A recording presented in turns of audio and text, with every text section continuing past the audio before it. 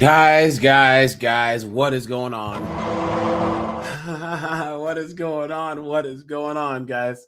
It's good to see you guys. Sorry for being a little late. I had to watch my Seahawks. We are going to the Super Bowl, guys. Yes, we are. Yes, we are. You know, guys, it's good stuff. Good time to be alive. Guys, I dropped the link for Discord members first. We'll do the first 35, 45 minutes for Discord people, and then I will open up the lines, guys. We'll have a 6-panel member limit, and guys, I'm going to talk about this topic, all right, because it drives you absolutely up the wall. Who do we have in the house? Rajai, what's up, dude? It's good to see you. It's good to see you, my friend. Good to see you, man.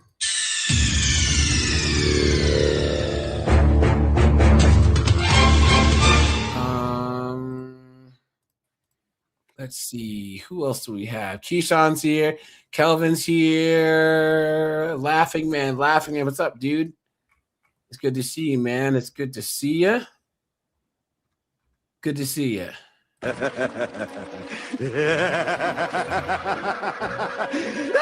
Christopher, how you doing, man? Red Door's here. Cat Wags is here. Steve is here. What's up, Steve?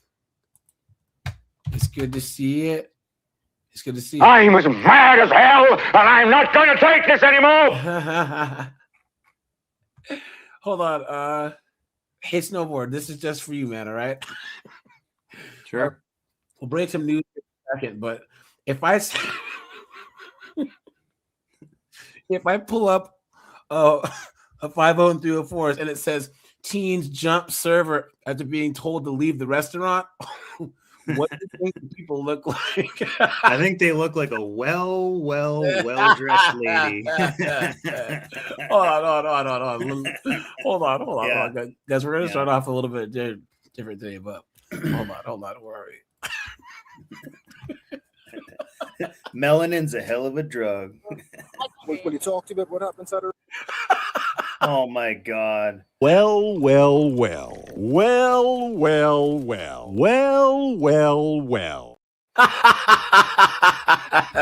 Have just become a pack of hyenas that just beat the hell out of everybody.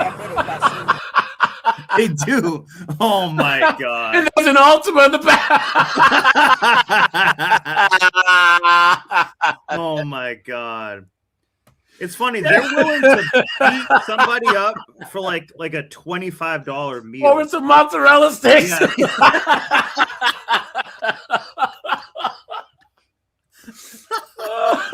But AJ, it's the principle of the thing, you see. Oh God. What is going on? Matt, how you doing, my friend? Good evening, sir. Guys, I wanted you guys, and then Red Door. I gave you the link, my friends. So please call in, because Red Door's guy wants to go off on these white liberal chicks too. You know what I'm saying? Because they're always like, because remember, she's Native American, and they're like, oh, we want to preserve the spirits and my dream catcher and all this stupid crap. Yeah. Okay, let's see. A couple news stories here. Oh, guys. Do you guys remember this? Here. Let's do this first.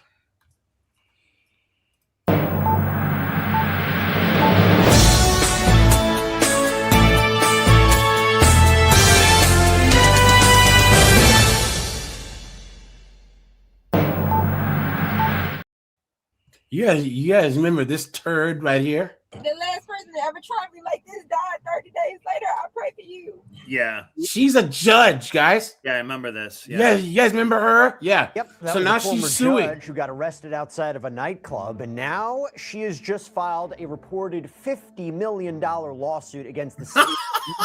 Police were claiming she was falsely arrested, imprisoned, and her rights were violated. Oh, and I say she filed it because she's representing herself. Of course she is. Wow.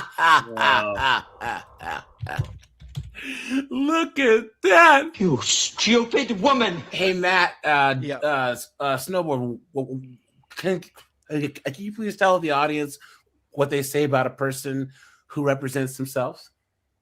Biggest idiot in the world. They have a fool for a client. For representative. Yeah. Thank you. Yeah. Anyone who represents themselves has a fool for a client. Let's see. You guys remember her though? Yes, I think that she was just drunk in public, right? Yeah. That's She really was not drunk. that bad. Oh, look, her hair got ripped off. Yeah. And then she crashes out. Guys, you know what? I'm gonna cover this in a Looks daytime like she was really wigging out.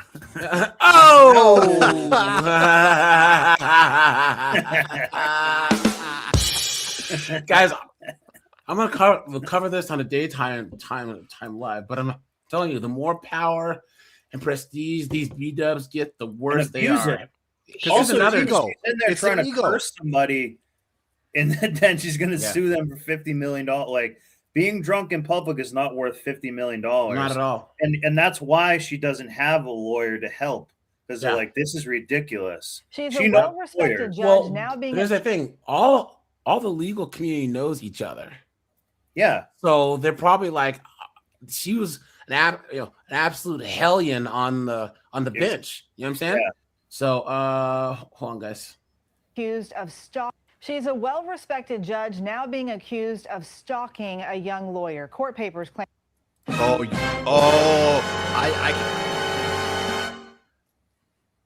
jealousy becomes her. I guarantee you this had something to do with her husband. Either that, or I smell some tuna. Yeah. Either that or lesbians,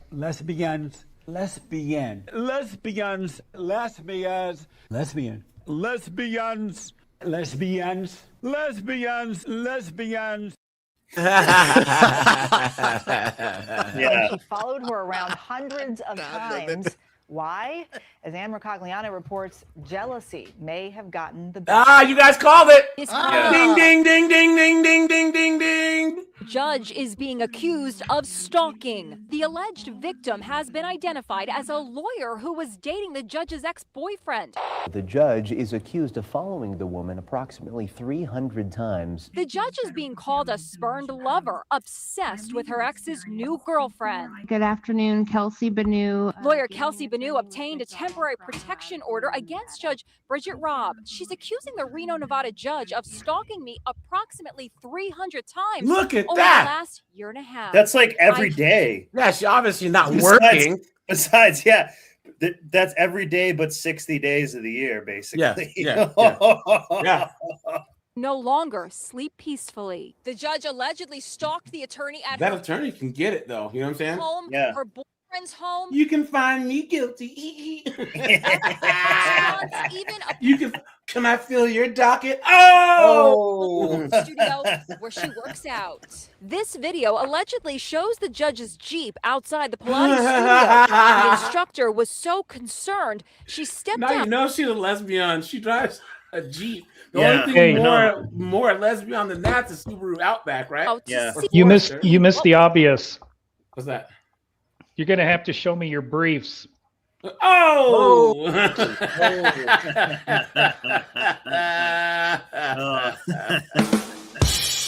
Going on.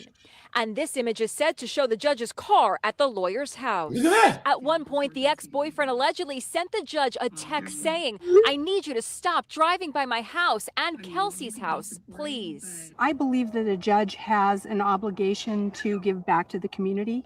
The judge has not been charged, That is but one the horse uproar face, has by led the her way. to announce she's retiring, That's effective what John Elway looked.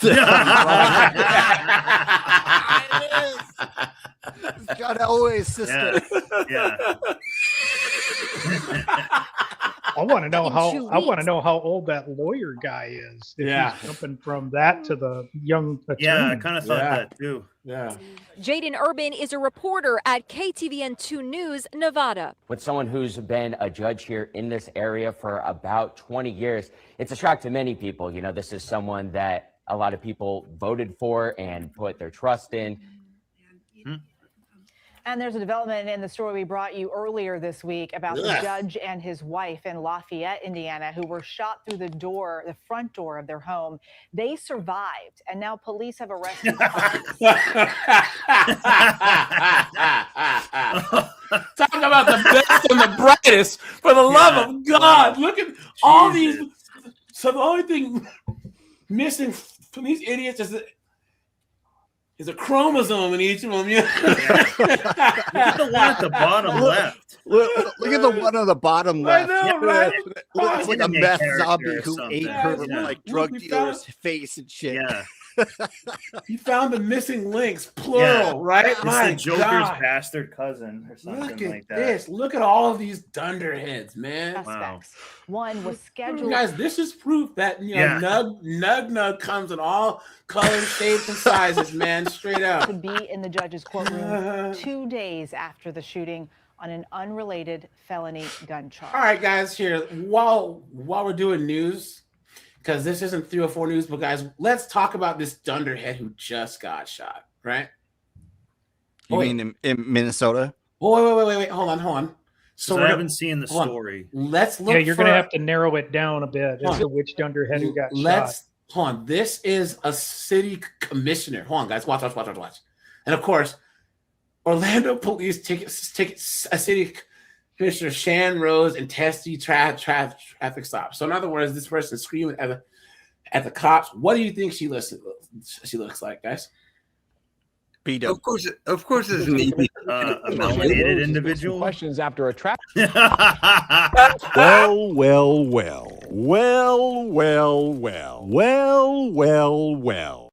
I'm 2 for 2. It never fails. Nuts. She's Nutella. It never fails, man. Come on. Like, what is going on? This is bad. Guys, hit the like button, guys. On the way in, please hit the like button. Excuse me. On the way in, guys. Traffic stop where she called the police chief while being questioned by officers. It was all captured on body camera video, and today, as West News' Greg Fox shows us, the commissioner avoided Talk about abusing your position, calling the police chief during a traffic stop, you dunderhead. our cameras and our questions. Okay.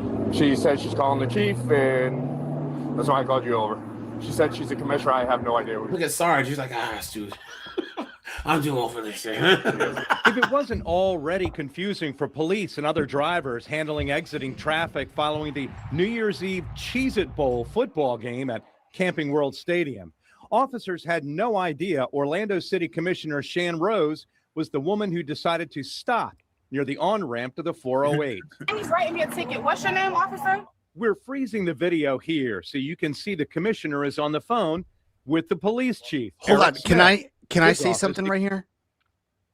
Okay. I see this exact same behavior in like grocery stores and like malls where women will just stop with their carts like they're the center of the world and completely block like an aisle or like a throwaway, you know what I mean? Like a throwaway. I always say that this is like a white women being white women, but black women do this too, where they will stop in everybody's way. Character syndrome. Yes, is what they act like they they're the only ones. But Matt, let's not forget that they're on speaker. I mean, they're on FaceTime on speakerphone. Ripping a cigarette. Excuse me, I'm talking on the phone right now. Irritates me to no end. Yeah. And now this is why I actually haven't been to a movie theater in a while. They'll be in the movie theater on the phone. We know. Like, We've what are been you saying doing? it for years. Remember when they had the Boost Mobile commercials? They'd be like, "Yo, where you at?" They're like, "Yo, I'm down at the candy store." "Yo, where you at?" "I'm down at the pool." "Yo, where you at?" That's what they were doing. They'll answer the phone and then keep talking. It's like, bro, I can understand. Hey, man, sorry, I'm in a movie, but they'll just have FaceTime on with it pointing up so they can't even see each other. You know what, HA? If I had to put up with that one time, I would start bringing a slingshot with me to like the movie theaters and start beating them. Just bring candy eggs and just start throwing them. You know what I'm saying? declined comment about the stop. You're impeding the flow of traffic, ma'am. I need you to move your vehicle. The road is blocked right there. You hear how aggressive he's getting, Chief? I'm the commissioner. I live in Paramore. You can't tell me I can't go home. She's arguing. She's a commissioner, she said. The officer wrote a ticket, this ticket, Shaniqua. citing roads as impeding traffic and imposing a $164 fine. Wants to talk to a supervisor. Things didn't get better when the sergeant showed up, and Rose again reminded AJ, officers. I think they mispronounced her For a name. Friday event. I think Do you have it's anything to say about the traffic? It's Rose.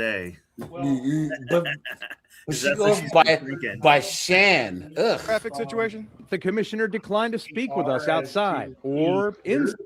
And right now we're in a Though she spent time talking with others. Commissioner Rose? Instead, she emailed a statement saying, in part, large-scale events at Camping How World Stadium, embarrassing. which can attract over 100,000 attendees, have created challenges for nearby residents attempting to return home. We have heard these concerns, and I recently experienced it myself. The city is actively reviewing our event transportation and traffic management strategies. Commissioner Rose You blocked also the sent road, me an ho. email about the Camping World You created Stadium the incident and problem. said she's been talking with the traffic management team about redoing maps, perhaps reconstructing lanes for temporary traffic patterns at the end of Camping World Stadium events to help locals get back to their homes. Covering Orange County in Orlando, Greg Fox, West 2 News. All right, guys. No let's, hearing date has been set for get into this here. So, guys, that one goofball who got shot by Border Patrol, right? Are you talking Minneapolis? Hold on, guys. I gotta do this real fast. Yes. This so Alex, there was another Alex shooting today. Preddy guy. Yeah. The VA nurse. So this guy's an absolute dunderhead, right? Governor. Here we go.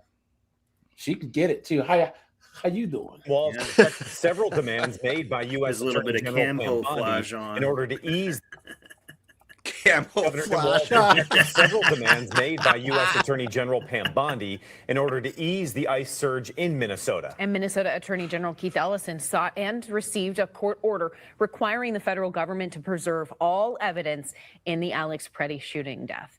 Chief Police. Guys, put a 1 if you've heard about this story, and then afterwards put what you think. Like, do you think the shooting was justified or not? You know, D Land says being Florida native, black folks running for any public office ruins anything. It's the fact that people just vote for these candidates just because they're black. Yeah. It should be the most qualified person there is. Who's the Texas senator? The black guy, what was his name? Byron York? No, Byron something or other. I watched this video today where he was explaining ICE to this dunderhead. I like him. You know what I'm saying? I'd vote for him for president, you know? But I appreciate the $10, my friend. Thank you so much. You are scaring the hoes. John says some ICE news. Check out Matt Morsev TV. The organized. Okay, yeah, guys. With that Cam Higsby guy, he exposed all these organized chats on Twitter today. So we will pull that up. And they're connected to Tim Walz's office. Yes. Mm-hmm. When they say that these people are organized, a lot of them are paid. Yep. Bro, like this is not a joke. Yep. You know what I'm saying? And here's the thing. What did that one police chief say? He's like, if you that one black police chief who's based, if you surround these ICE officers, they will assume that they're being ambushed, right? And they will respond. So leave them alone. You know, Byron Donald, that's his name. Yeah. Local reporter Tom Hauser is back from a news conference at the State Emergency Operations Center this afternoon. Tom. It was a wide-ranging news conference from several state leaders. Among the things we learned, state BCA investigators were on the scene of the shooting this morning, and Attorney General Ellison described a meeting. Yeah, I haven't seen what happened. I'd like to see a little bit of footage before I make an opinion. So couple things here, right?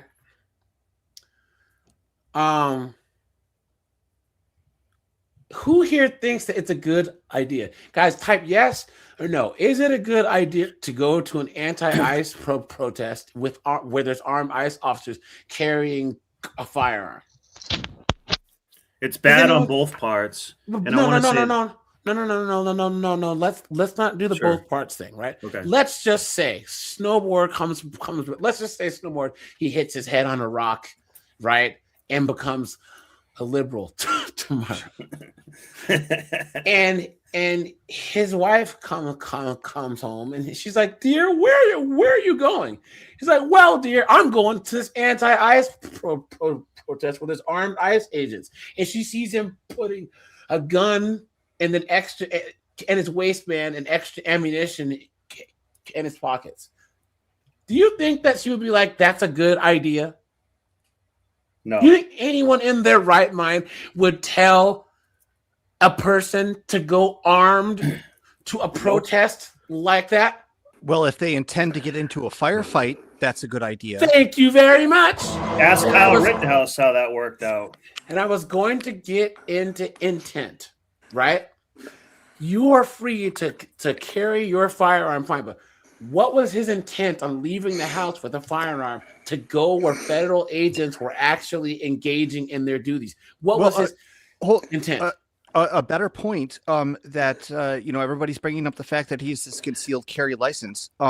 One of the provisions of that license is that when you have to identify yourself to law enforcement when you come into contact with them and say very clearly that you're armed, and you have to follow their commands. Yeah, this guy was fighting with them.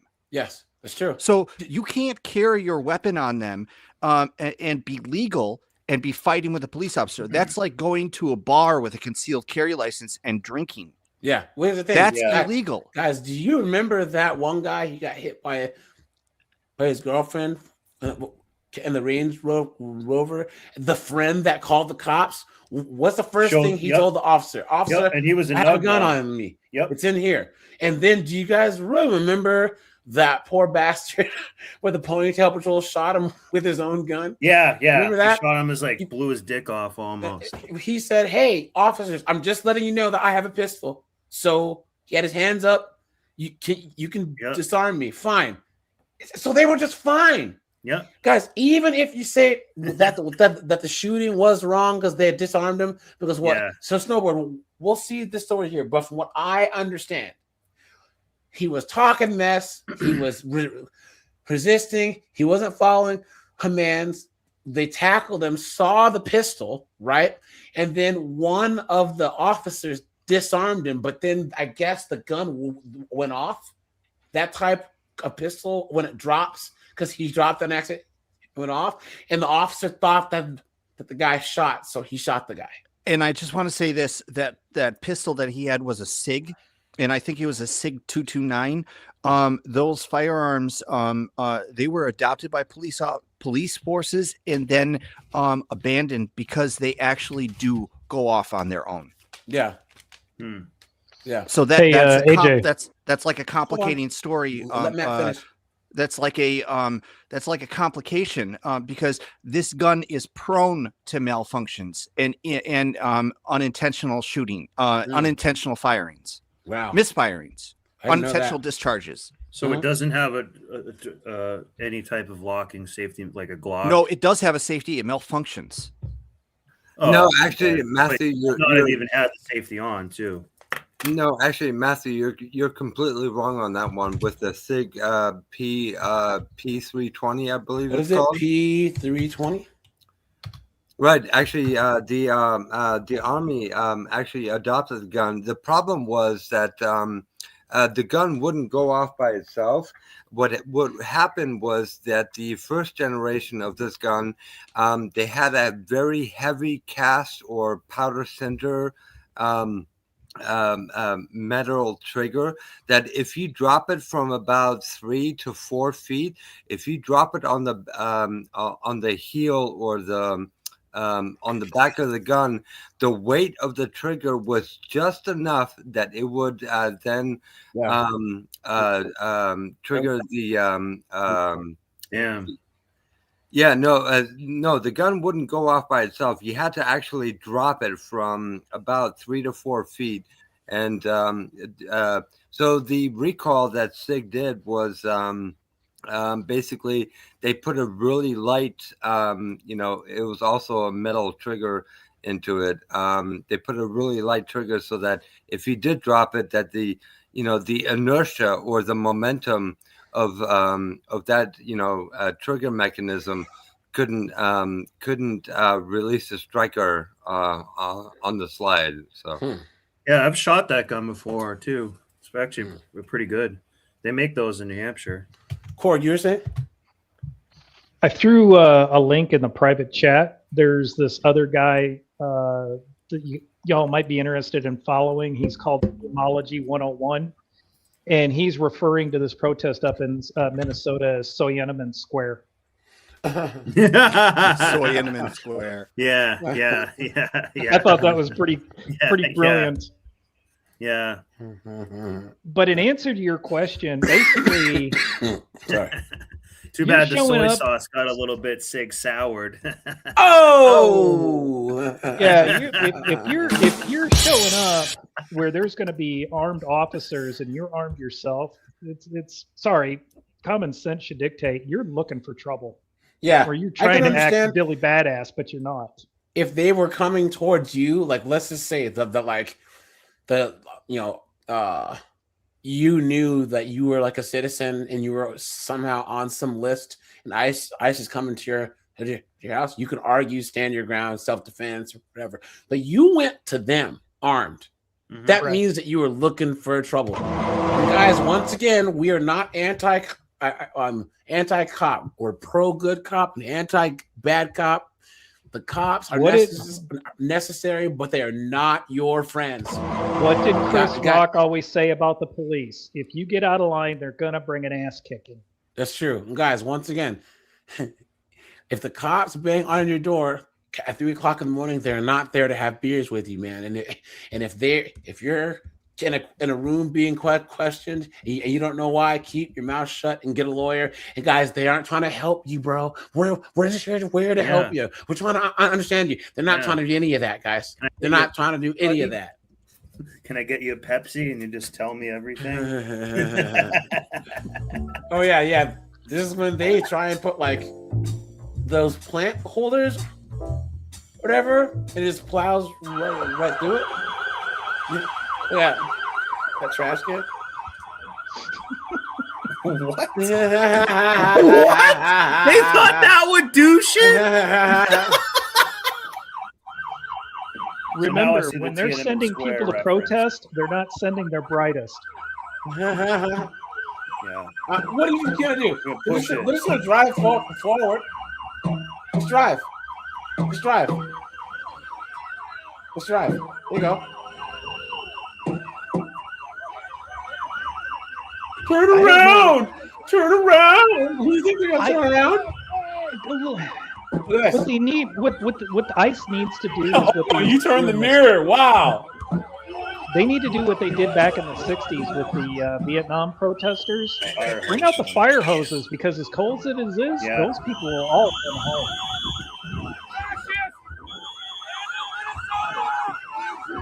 What are you gonna do?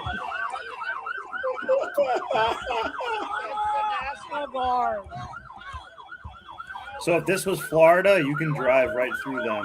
Yeah.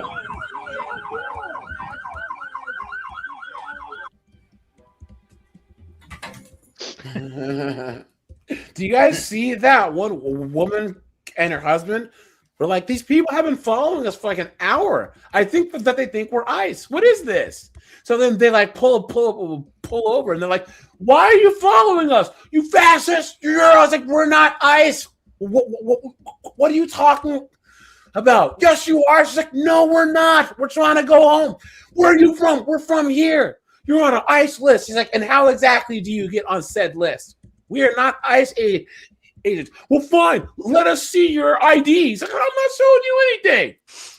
Fascist. She's like, what are you talking? It was just some chick and her husband trying to get just on a drive home who were driving like a Tahoe. You know what I'm saying? So here you go, guys. Overnight unrest and anger in Minneapolis after federal agents shot and killed another person. Graphic video from the scene obtained by DropSite News shows a man in a struggle with agents, resisting being shoved to the ground and hit. It appears his gun is removed by one of the agents. Another agent opens fire, then two more open fire, shooting him in the back as he lies on the ground. I just saw a video. In this beta, I just get the out of here. Shut up. Stop putting soy milk in your coffee, you fruit. Of more than 6 masked agents pummeling one of our constituents and shooting him to death. How many more residents? Minneapolis police have now identified that man as 37-year-old Alex Preddy, an Beta girl! American citizen and Minneapolis native who worked as an ICU nurse for the Department of Veterans Affairs. Preddy seen here reading the final salute for a fallen veteran. Today we remember that freedom is not free. We have to work at it, nurture it, protect it, and even sacrifice for it. Local authorities say Preddy was a lawful gun owner with a license to carry and no criminal record. Minnesota has an open carry gun law, which requires a permit. Video shows Preddy intervene trying to help a woman the agents had surrounded. He appears to be holding a phone as he is pepper sprayed and wrestled to the ground, which he resists. The video does not appear to show him drawing the gun at any point. Doesn't matter. Now, Governor Tim Once they saw the gun, he knew he was armed, and he initiated that situation.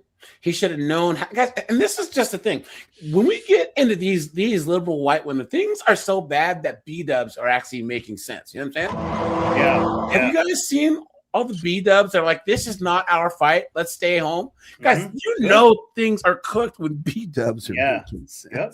You know what I mean? So we'll look at this, and then we'll actually dive into the why. We'll talk about like why these liberal white women are doing this, because they're the majority of the ones doing this. They're the ones that are ramming the ICE vehicles. They're the ones blocking off the streets. They're the ones spitting and yelling and at more than anyone else. So we'll all try and speculate as to why that's a thing, and then we'll get into some TikToks. Ball says the state will not be stonewalled by the Trump administration as they investigate the shooting. Thank God we have video, because according to DHS, these 7 heroic guys took an onslaught of a battalion against them or something. It's nonsense, people. It is nonsense and it's lies. According to an affidavit, a doctor witnessed the shooting from a nearby apartment and says that at first agents would not let him through to help before one agent eventually agreed to let him assess the victim. According to the affidavit, the doctor says he was confused as to why Preddy was lying on his side, which is not standard practice when a victim has been shot. The doctor added ICE agents appeared to be counting Preddy's bullet wounds. Border Patrol officials. What's crazy is, guys, they said I was young during like the Rodney King times and in like California and stuff, where like the LAPD was very, very, very, very corrupt. So, guys, like in black culture, like we're taught, guys, don't mess with the police. Any black person that's sensible. Now, nowadays, a lot of these B-dubs don't listen. But I was always taught when you deal with the cop, have your hands on the steering wheel. Answer the questions. Yes, sir. No, sir. When he asks you to reach for your wallet, say, officer, I'm clearly reaching for my wallet. Do it for your own safety. Yeah, I don't understand this. I like it. Just seems completely like illogical that these people go and directly like it's like you're playing with a bull. Like they're saying that they're afraid of these people, and then they're provoking them. Yes, but that's how women. It doesn't line men. up. Hold on, that's how these modern women are towards men. Guys, put a 1 if you agree. Men are trash. Men are predators. Men are this. But then they'll go up to men, slap them, spit on them, or whatever, talk all this mess. They provoke them. How can you be afraid and provoking at the same time? Yeah, well, and I'm not even talking about the women, because of course they're going to be illogical.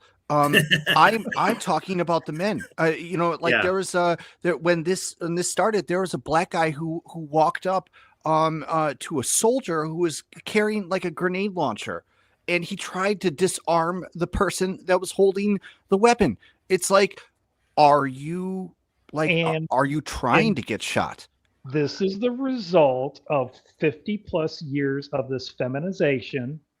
Because when I was growing up, since I'm the resident old fart here on the group, but I think Red Door's a little bit older than I am. No, Red Door's 27. Hello. Oh shit! I'm sorry, I forgot.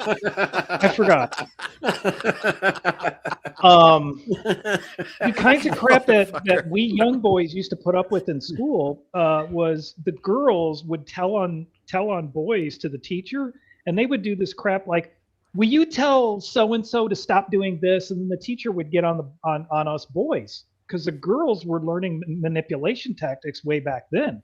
Yeah. And then you get up into the 90s, and in retrospect, the first time we started seeing some fairness in the system, I'll never forget this. I had the TV on one day, and there was when video or kids were first recording stuff in school with, handheld cameras and all that.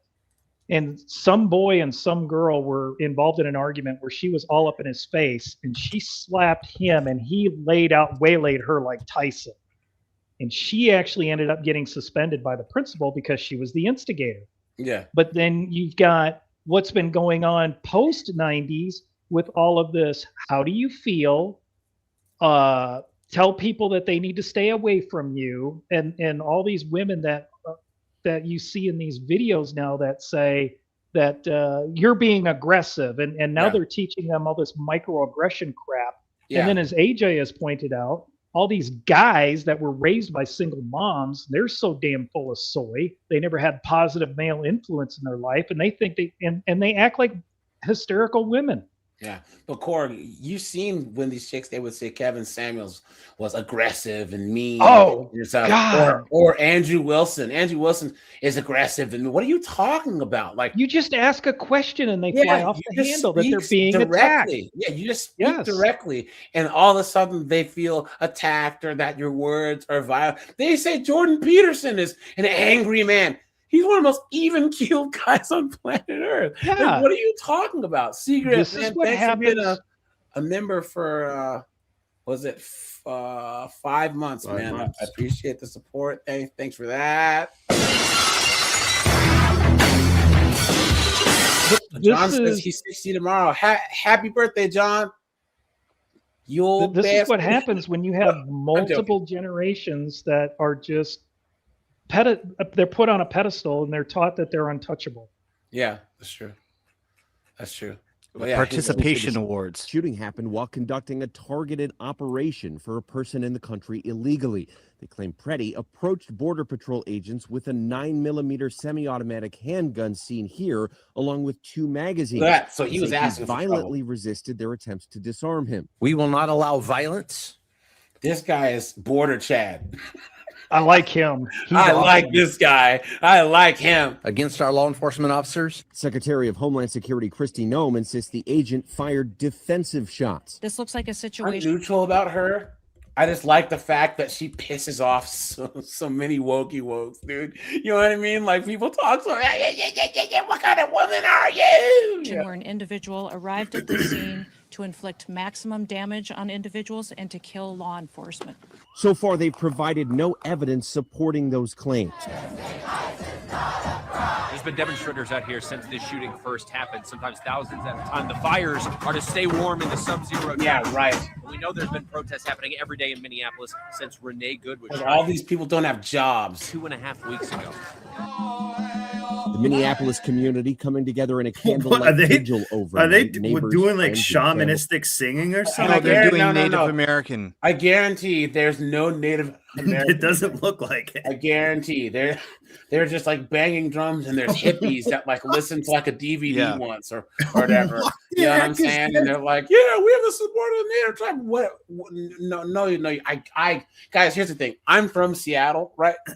Colin's on the line. Colin can sound off here. You've seen these liberal white chicks that are all into like Native American cultures, quote unquote, but it's all this new age crap that they read in a book, and they get like a dream catcher tattoo. They have like, they wear the little beads in their hair that are not any type like native anything, but they're like, yeah, man, I went to like a tribe, bro, and I did like a sweat lodge, bro. It's like, shut up.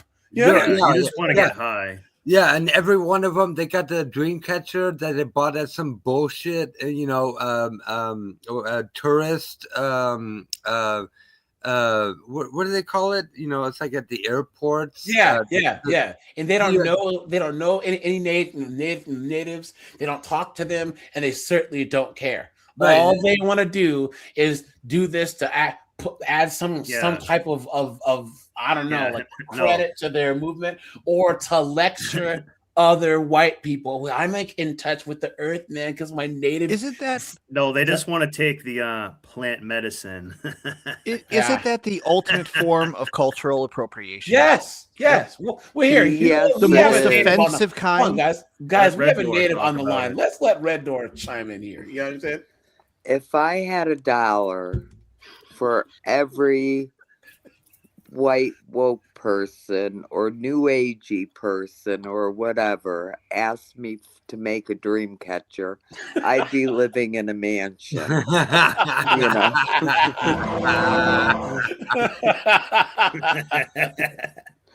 Oh man, yeah. I grew up in Washington State, where and there's so many tribes and like reservations and stuff that all these hippies are always like trying to pull off some quasi, I've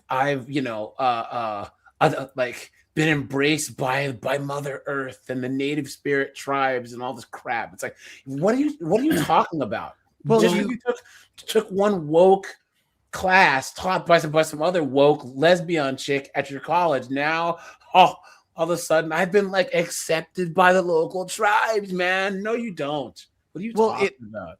It's you see this also with like them wearing keffiyehs and saying that they're disabled, and I mean the litany of goes on.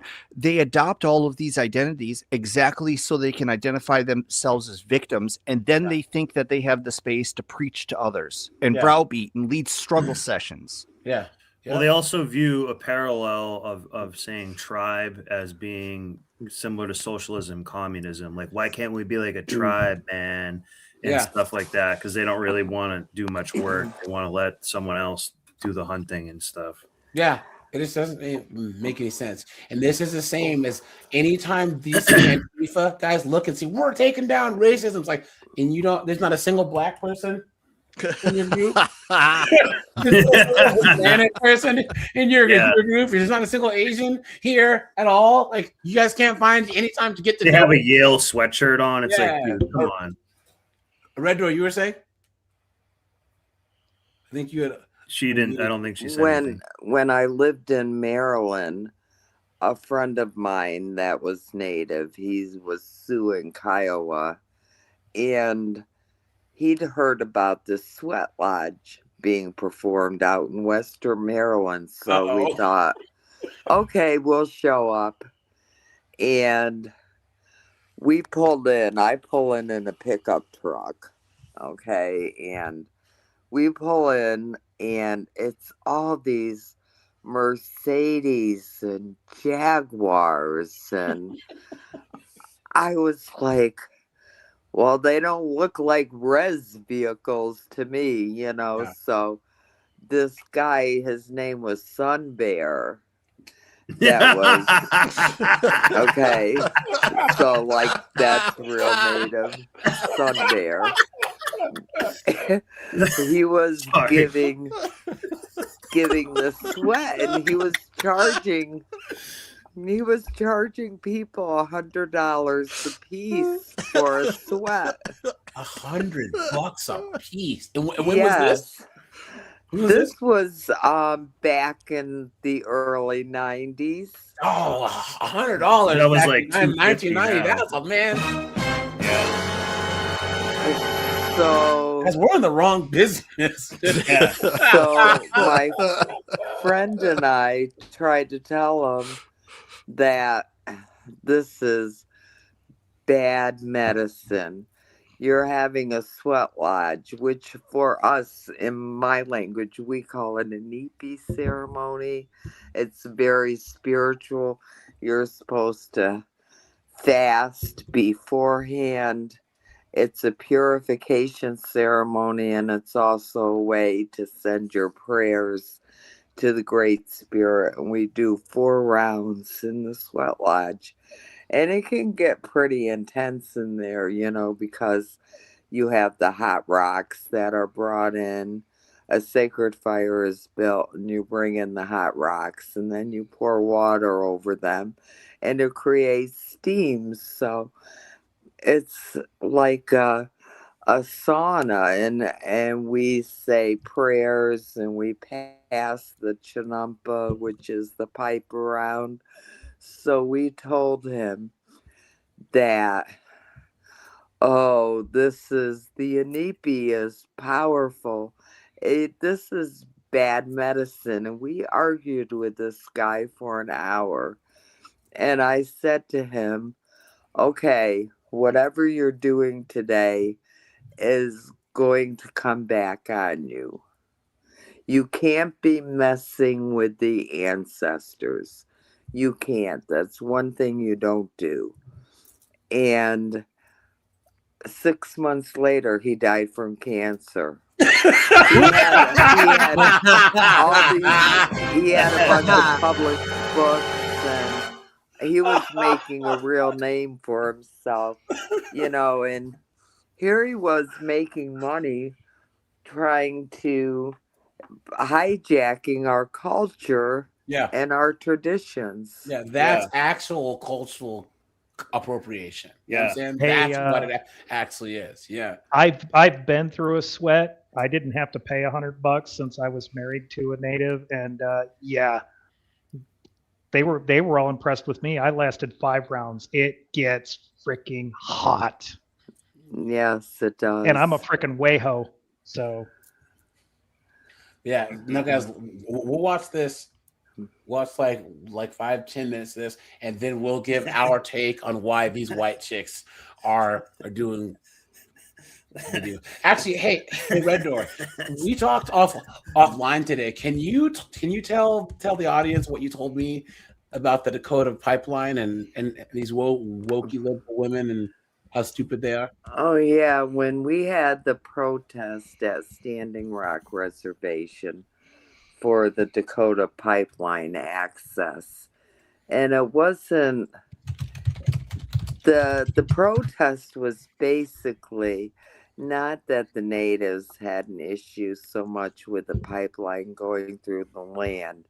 It was they wanted to put the pipeline through the river, and we have a saying, water is life. And so what happened was, some of this is Standing Rock's problem, but they're like, oh, we want people to help us protest.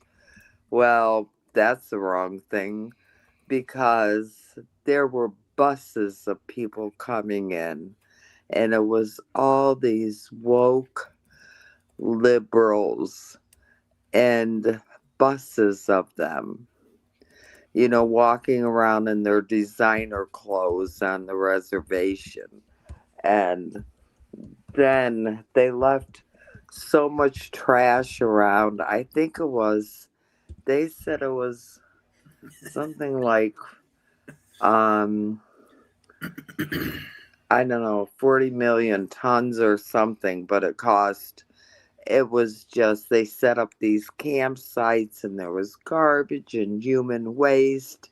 Ugh. And it just destroyed the place. We had Jill Stein showed up too. Then there was this one girl from New York City that came in, and somehow she got injured, and her arm was injured really bad, and she tried blaming it on, I don't know, whatever. There were other anti-protesters there, but the thing is that, you know, I was thinking when all this is over, the pipeline's going to go through. They don't realize that sovereign land is sovereign land, and natives have a certain say about what happens, but it belongs to the federal government. So there's only so much say you have in what's going on. And there were these two women. You need to look them up. Their names are Montoya and Resnick, and they ended up protesting the pipeline. And what they did was they just traveled all over the place, and they belong to a group They burn called holes in the pipeline? Well, yes, they bought special torches and burned off the valves, but then they Yes. performed a bunch of arson. They ended up going and setting a bunch of vehicles on fire, like Look at that. excavators and, bunch of equipment, and they cost $2.5 million worth of damage. So they went around to a lot of places. Pay it back because they don't have jobs. Right. Mm-hmm. Well, they belong to this grassroots organization called Catholic Workers and Plowshares, and it's a break off from the Catholic Church, and they're basically social justice warriors. Wow. It's a Because joke. they had that group even had a priest that got into a missile silo and started pounding on the noses. They found the place that made the cones for the missiles. I think I know this Catholic priest. He was one of my college professors. Was his name a Guy? Yeah, and Yeah, I can't I think know of his him. name right What a now. small world, man. Jesus, wow. Yeah, look at this, guys. Look at They hold on, were hold on. all indicted. Well, Look at these two chicks finally, because they just didn't think that they were getting the recognition and they weren't getting their message across, decided to have this little demonstration where they would speak, and all these people showed up. So they went through the list of everything they did, everything they set on fire, everything. And finally, because of that, they said, they were arrested, and they each got 20 years. Damn. So Look at this. Look at this. But you can tell they were definitely lesbians. They didn't mind going to jail because they didn't want someone laying pipe. Hey-o.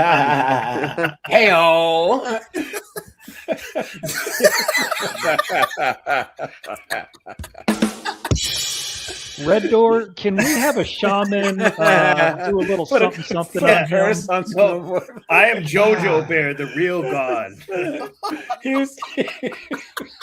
Well, Eyes to me. We don't. Guys, here's the story. Here's the story here. An Arizona woman convicted of burning holes in the Dakota Access Pipeline is sentenced to 6 years in prison. Prosecutors say in 2016 and 2017, Ruby Montoya used an oxy-fuel torch to burn holes in the oil pipeline and set fire to construction equipment along that pipeline in Mahaska, Boone, and Wapello counties. She must also pay more than $3 million in restitution. Damn. And in 2021, Montoya's co-defendant, Jessica Resnicek, was sentenced to 8 years in prison. She must pay more than $3 million restitution. $3 million. That's a lot of license plates. You know what I'm saying? Hold on. That's a lot of patchouli Two they can't Iowa sell. environmental activists who took credit for causing millions of dollars in damage to the Dakota Access Pipeline in Buena Vista County could possibly spend decades in prison. Jessica Resnick and Ruby Montoya have pled guilty to torching construction equipment and cutting holes into the Dakota Access oil in Iowa and South Dakota. These two were indicted on 9 separate federal charges back in 2019. They have agreed to plead guilty to 1 charge of conspiracy to damage an energy facility.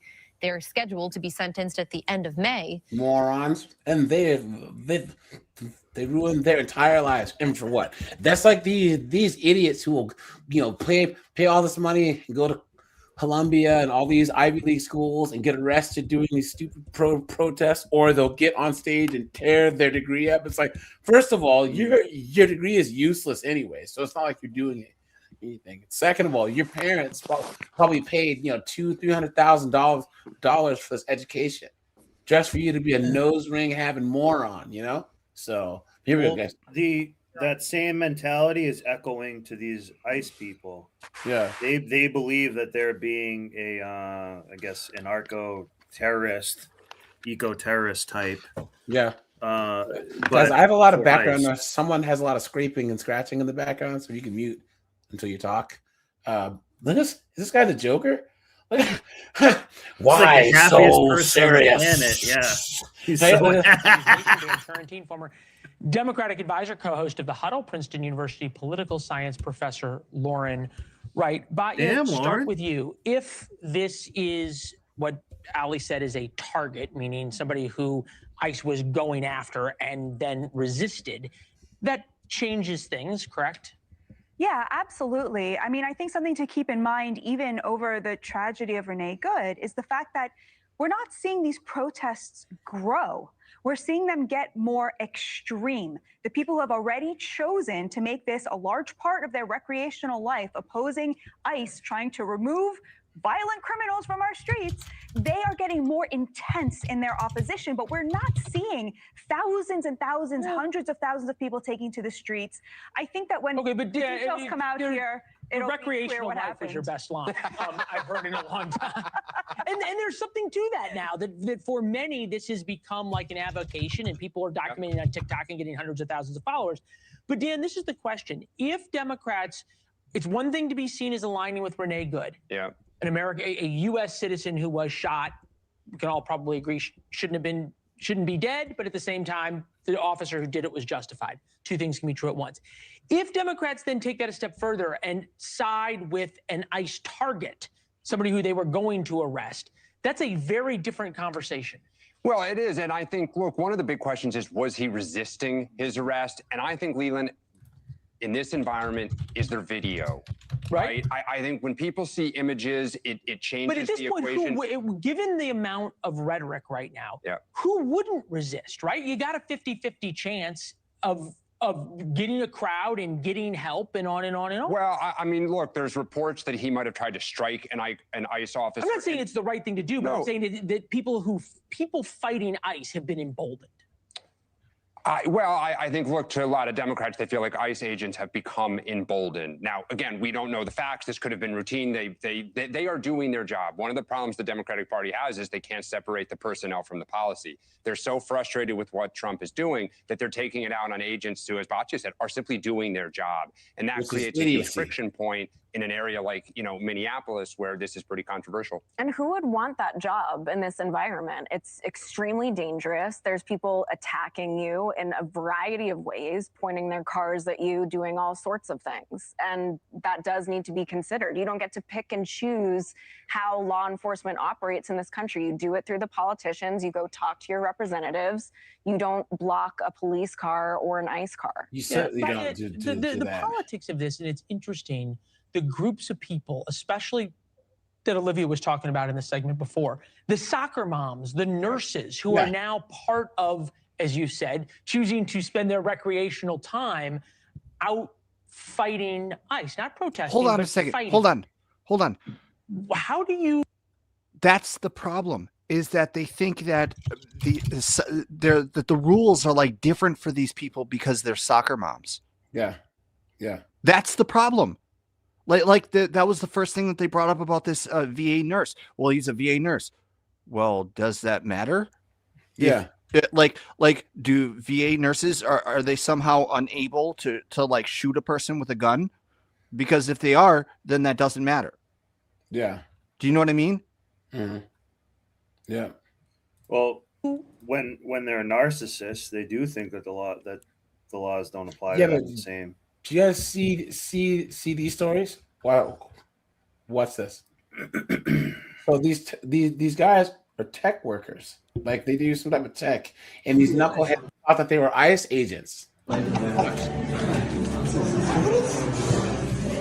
This has got to be the funniest thing I've ever seen. It's like you feel like a zoo. I've never. So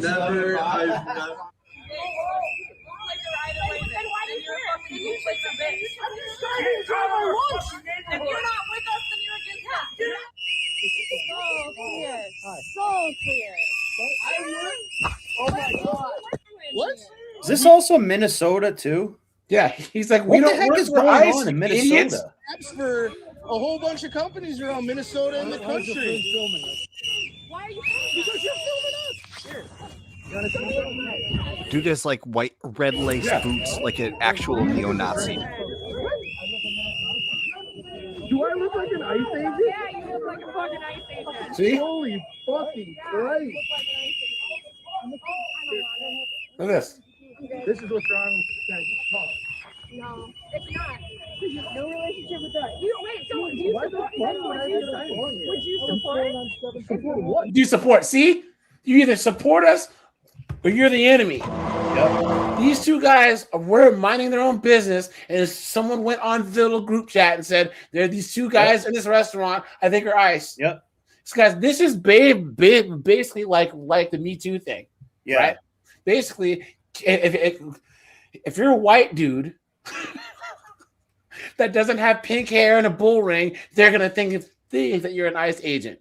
So any white dude in Minneapolis can get swarmed by these idiots at any time. Nothing Absolutely creates insane. Nothing creates lifelong Republicans like these Democrats. Exactly. Wait, you guys are acting? Fuck no. Oh, okay. Yeah. The way you guys are, I don't support ICE either. Then why do you care? Then you should. I'm just trying to enjoy my lunch. If you're not with us, then you're against us. There you go. See? Yep. There you go. You know what you say to that? I'm non-binary. Nope.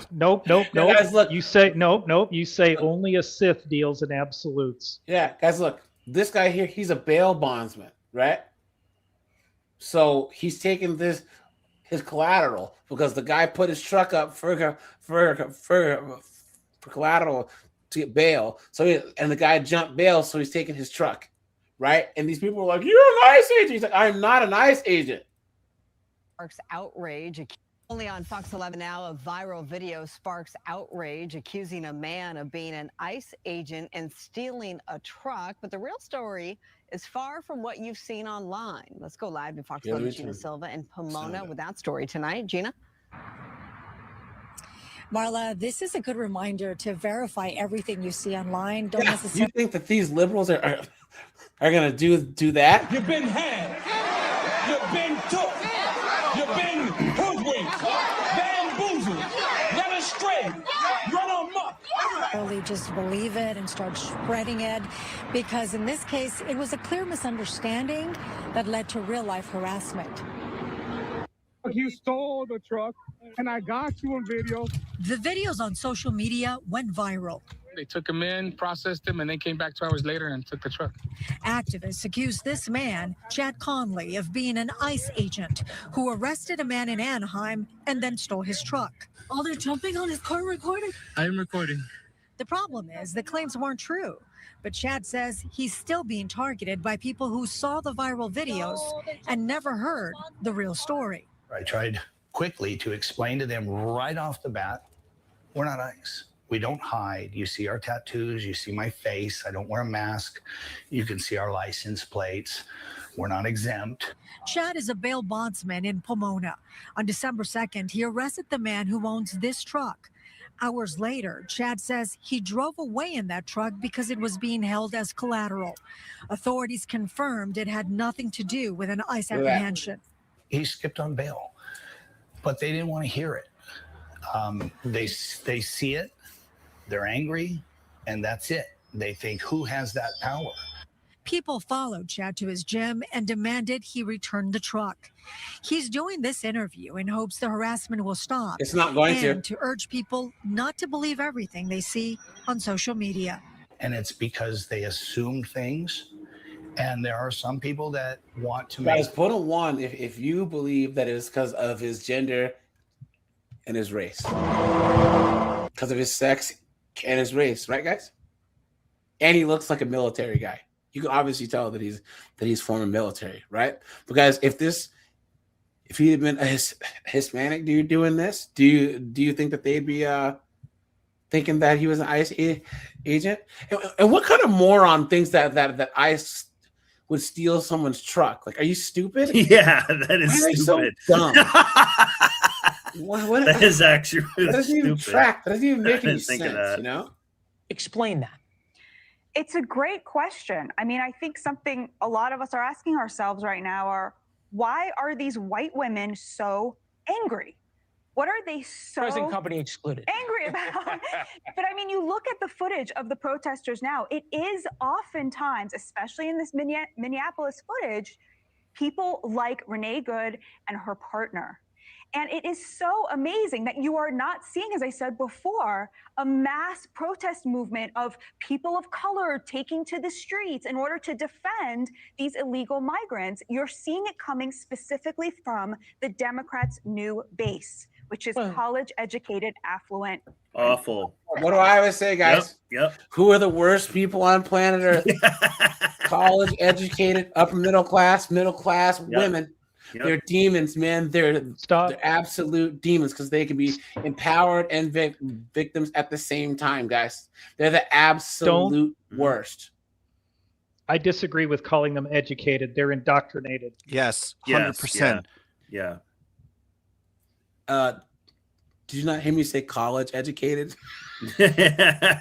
I mean tomato, Yeah. Cord. You know what I hate to say this, but the business majors tomato. and the tech majors that I encountered weren't that bad. But it's the ones that are, as you like to point out, the ones that are getting the underwater lesbian astrology degrees. They're the problems. Yeah. Complete demons, man. You know, once again, all these chicks are all strong and independent, feminist chicks, right? I am woman, hear me roar, in numbers too big to ignore. Who support the sisterhood until that woman is anti-baby deletion or pro border, strong border policy or religious. Then all of a sudden she doesn't count. Then it's punch a turf, right? Then it's so funny that they go, "Oh, you women are victims of violence," but if a woman disagrees, then they're all of a sudden wishing death on this chick, laughing when a woman. Did you guys see that one light-skinned black girl who does anti-baby deletion content? That Keisha, that big old hippo, punched her in the face, and so she was at another rally, and this white chick is like, "I really loved it when you got beat up." So you're supposed to be a feminist. And you said that you enjoyed seeing another woman having violence enacted upon her. Mm-hmm. Well, we're kind of descending into barbarism here a little bit. Is part of it. These people I don't think so. I think that this is such a hotbed issue in these, like, in one small part, like. Yeah, it's just Minnesota. It's a small mostly. area, but I mean, go to all the rest of 50 states. You know what I'm saying? Like. Yeah. Look, I know that it's snowing, but when the snow clears up on Monday, Tuesday, or whatever, you'll get up at 9 a.m. or 8 a.m. or 6 a.m. and everyone's going to be getting up and going to work. The majority of the people are going to be going to work, paying bills. That's how it works, right? So this is just such a hot item because it's been going on for so long, and a lesbian white woman got shot, and now this goofball white dude got shot. You know what I'm saying? Which is like police shootings or law enforcement shootings are usually Nug and Glocktavia or some junkie. You know what I'm saying? If it's a white person, it's Metheny and Cletus. You know what I mean? But these are two people that are, oh, he didn't do anything wrong. So we all know how the media is. And they're not going to show positive stories. Oh, no. You know? Yeah. They're gonna run with this for as long as possible. But if you guys honestly think that this is gonna make ICE change anything, you got another thing coming. They're not changing anything, guys, and they're gonna keep doing their jobs. Yeah. And also, too, do not go out and counter protest for anything like this. And if you are doing that, you're also kind of simping for big government, in my opinion, too. Just stay home. Yeah. Well, basically, what these knuckleheads don't understand is if you go looking for trouble, you're gonna find it. Yeah, that's true. And they claim they're not looking for trouble, but they are, because they're trying to be confrontational, and they think that when they're screaming in somebody's face, or they're spitting, or they're slapping, or they're doing something else, that there's not going to be any measure of retaliation. And that's the thing, that they have gotten away with that their entire lives. And the first time they're held accountable, it feels like an extreme injustice to them. You're absolutely spot on, Korg. What I think that Snowboarder was referring to is that he's not talking about the protesters that are there to protest ICE. He's talking about counter protesters that are there to incite the protesters and are kind of on ICE's side, but all they do is add to the chaos. Again, not your circus, not your monkeys. Right. Yeah. It's like let's say, for example, we're going to time travel back to the late 60s, and you got the civil rights stuff going on, and AJ and his brother are and Ray Jai and these other guys are all involved in it. We as white men should say we support you, and we get in the back behind them, and we don't do a damn thing because it's their fight. We don't get in front and say we're going to lead the charge, because that's doing a disservice to them. Yep. Yeah, we get in the back of the bus this time. But here's the thing.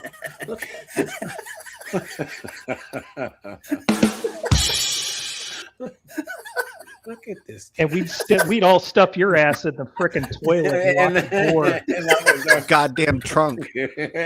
But guys, here's the thing though. If ICE was doing things that were illegal, right, then I would say that these protesters would have some merit, right? Yes, yeah. But they're not doing anything illegal. There's no invasion, because as per the Constitution, once again, the federal government has a duty to protect the borders. The states, it's not there. They can supplement the federal government.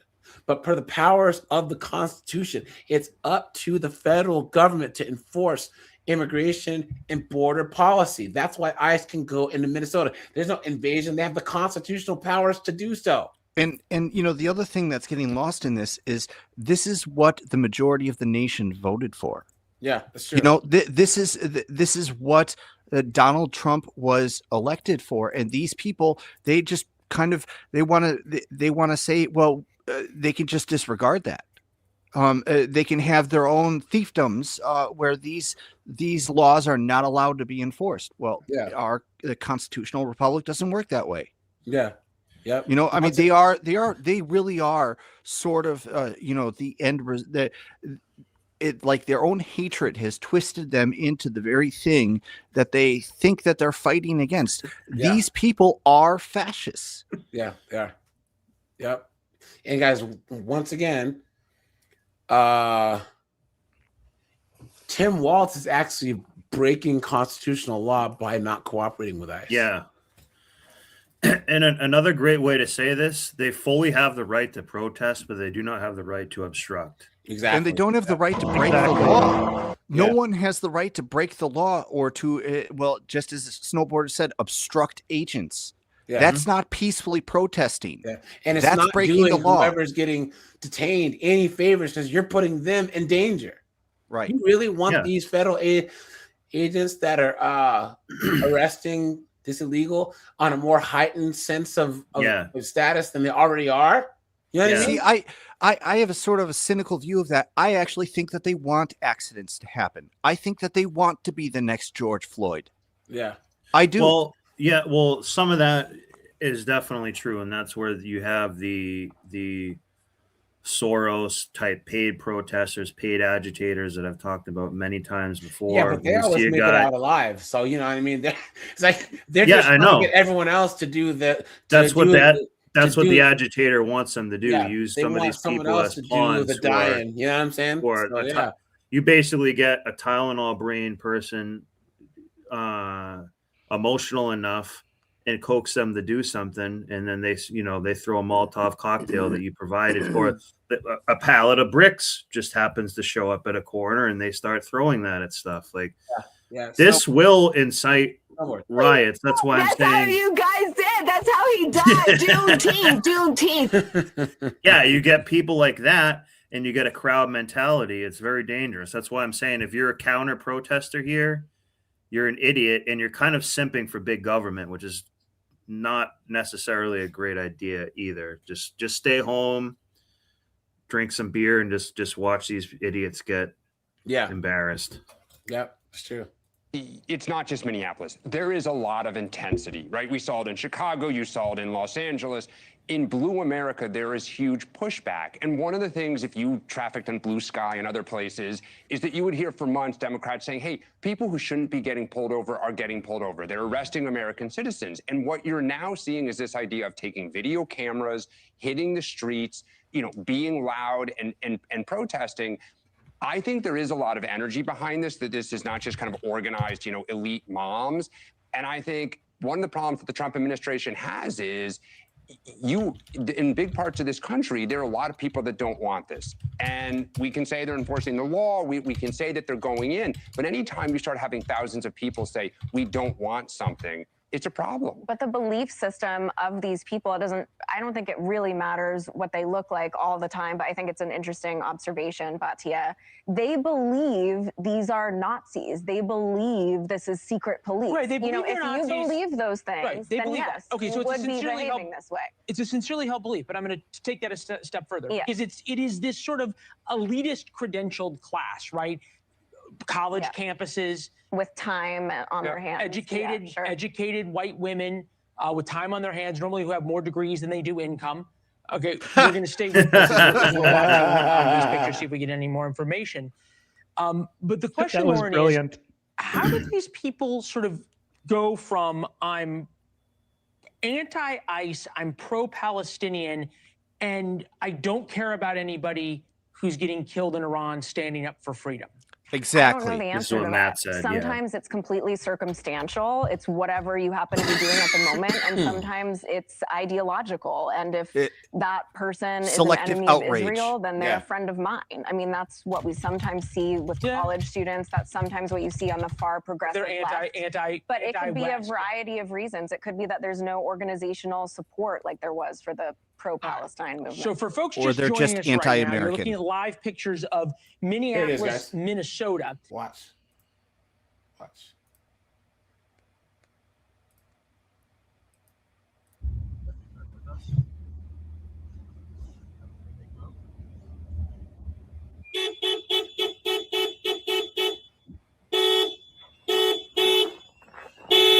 We aren't ICE. We are not ICE. These two lesbians. We're not and ICE. Subaru. I'm showing my face. I'm not. We question you. We're not ICE. See, and this is what they do. What? Yeah, they've been following us for over an hour. We're not ICE. This is like the mob. We're just letting them know, and they. Not in a nice vehicle, right? No. Right. Right. Get in your truck and get the fuck out. See? Because you need to Nice. go. Confirmed ICE. See? Get the fuck out. Confirmed ICE through who? We're American citizens. We're not Yes, ICE. into the people that you're abducting. Get out. Please go.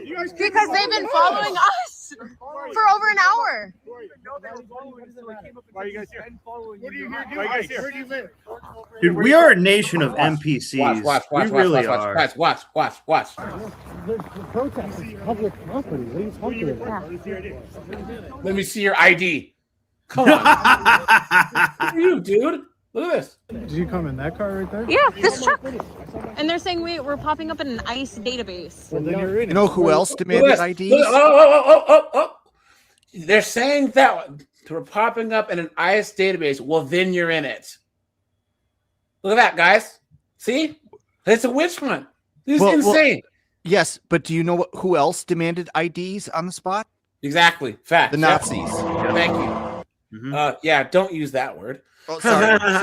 Sorry. Yeah, I always do that. Isn't I'm it sorry. funny? Isn't it funny that they've gone so far to the left that they're on the far right that they so hate?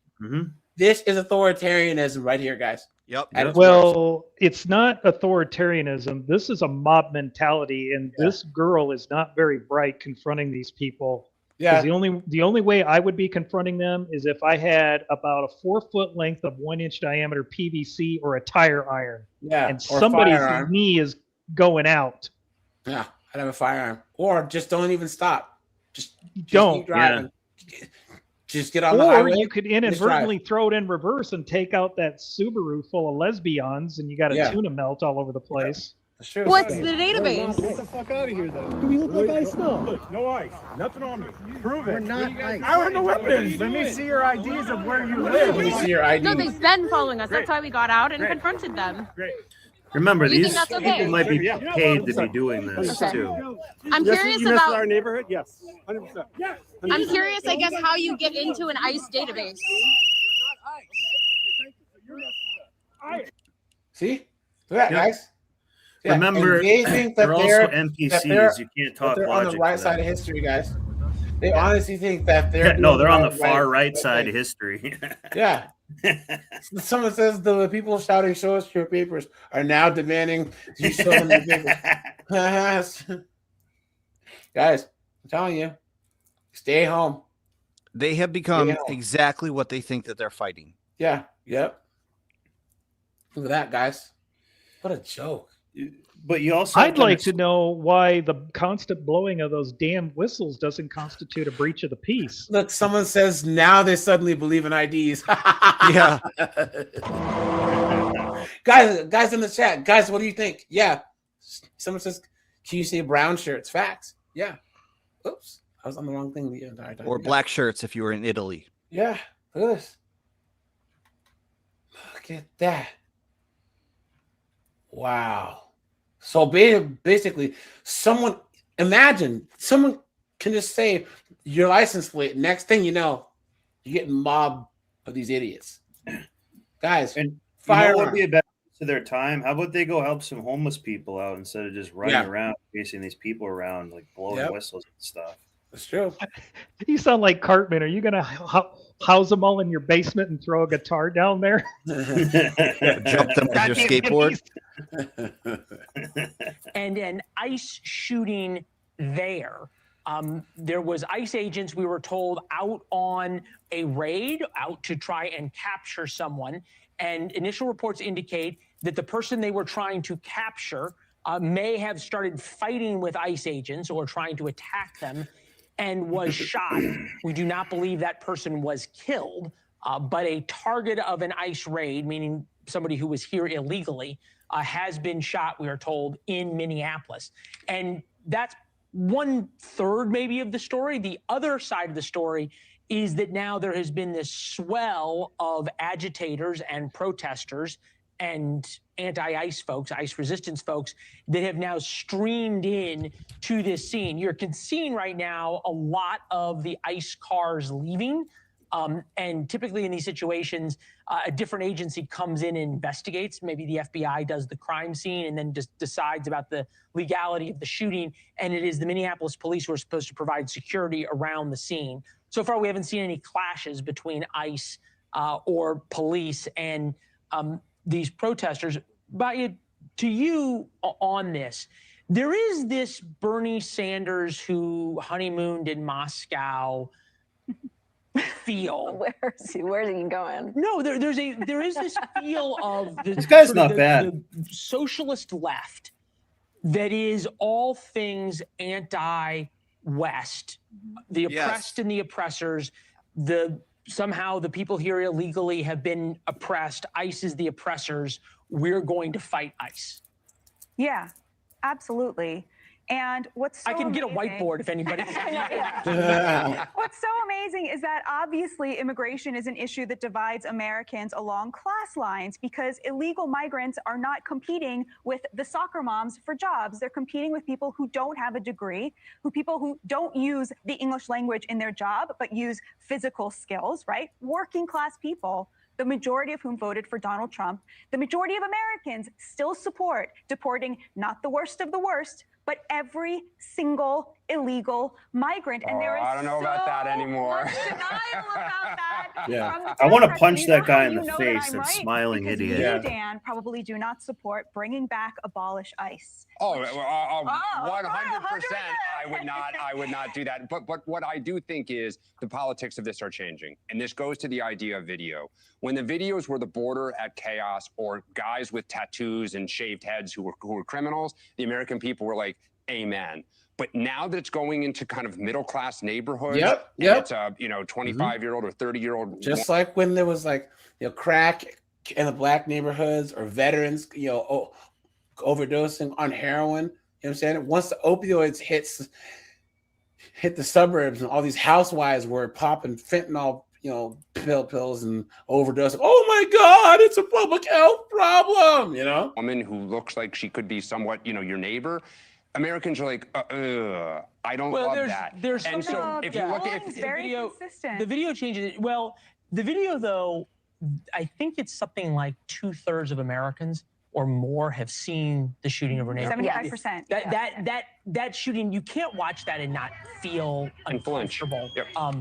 Seeing it, even if you say the officer was justified, as an American, you sit there and you go, ugh, this is disorder in America. You can hear the whistles and the banging of the drums and everything else by protesters, ICE resistance, whatever you want to call them, outside of the area of this shooting in Minneapolis. I want to bring in Mike Nellis, Democratic strategist, the author of Endless Urgency on Substack. Mike, I think we can agree, first of all, as we said, there's going to be more violence in Minneapolis. That's just the way it is. That if the reports hold true that this was someone here illegally who started fighting with ICE, it is going to be a very different situation than what we saw a week ago with a U.S. citizen being killed in their car that they used to try and drive towards an ICE officer.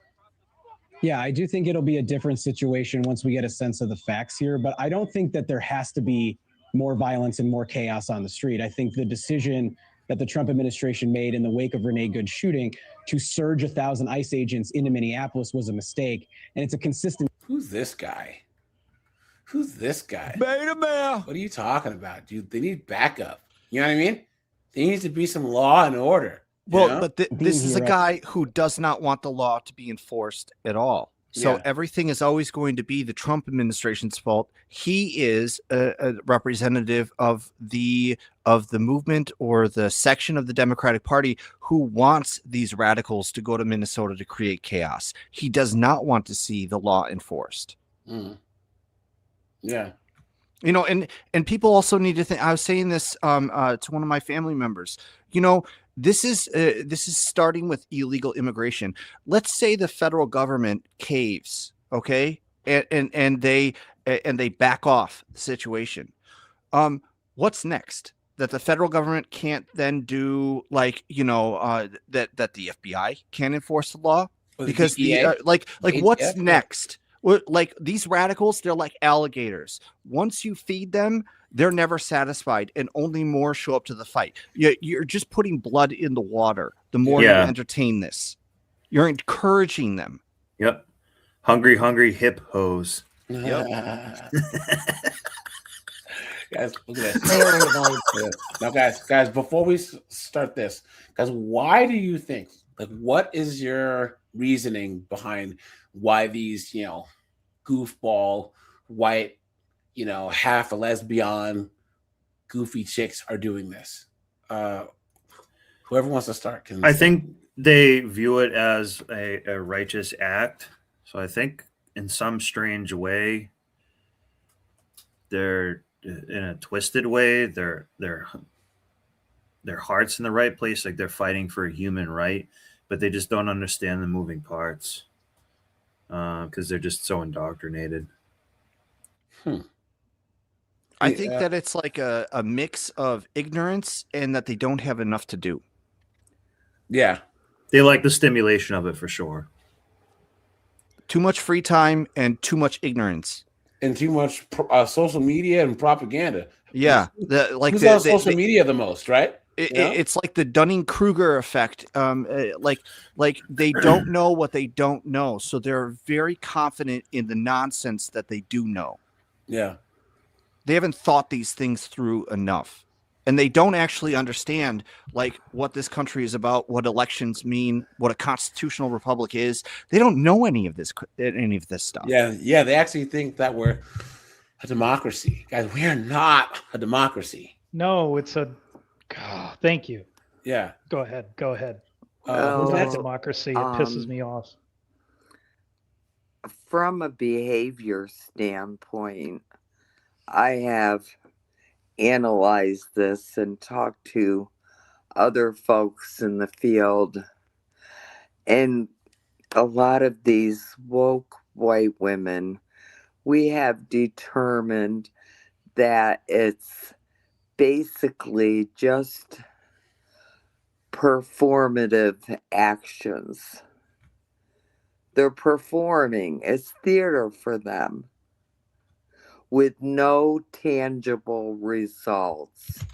Yeah. Why would you get involved in something if you didn't think there was a way to fix it or have some kind of resolution?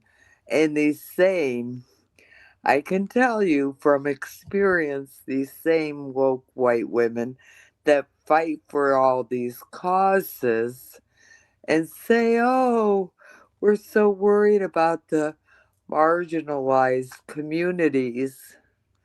Well, once somebody in the marginalized community does something, they're the first ones complaining. Yeah. Yep. Vermont liberals. 100%. Vermont liberals, yeah.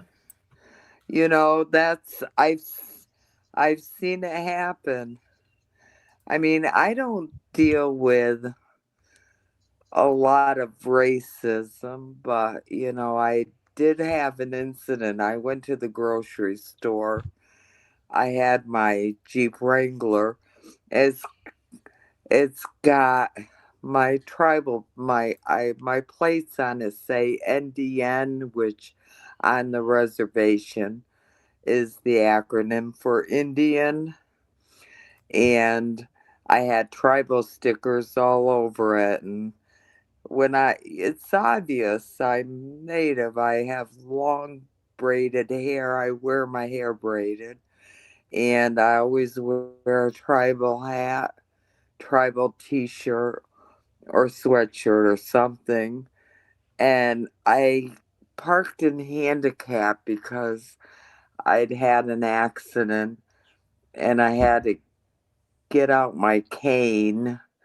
I was just hobbling along, and this woman right in front of me on the other side of the parking space that I was facing, she pulled into that handicap place in a big white Escalade. I smell And EBT. yeah, she even had a Karen hairdo. She was maybe in her 50s. She got out and she looked at me and she said, well, I have a placard. I don't think she saw it because it was on the dash and not on the mirror.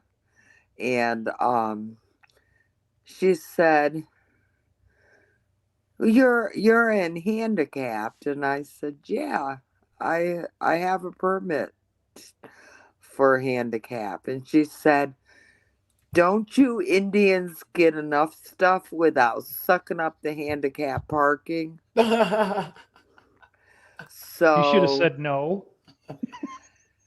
I didn't say anything, and I thought, so I walked around her vehicle. She had no handicap parking, no placard, nothing. And when I went in the store, she was ahead of me, but I could tell she was trying to avoid me.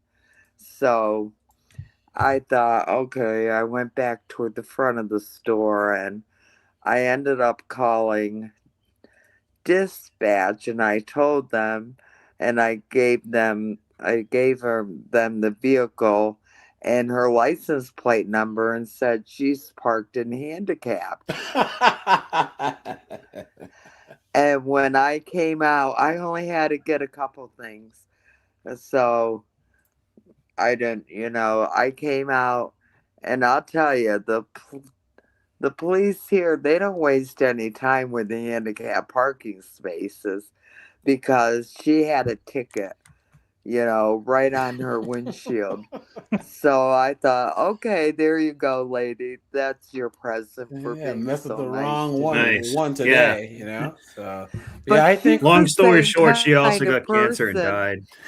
Right. She's the same kind of person that would show up at one of these protests. Yeah. You see what I'm saying? Yeah. It's. Yeah.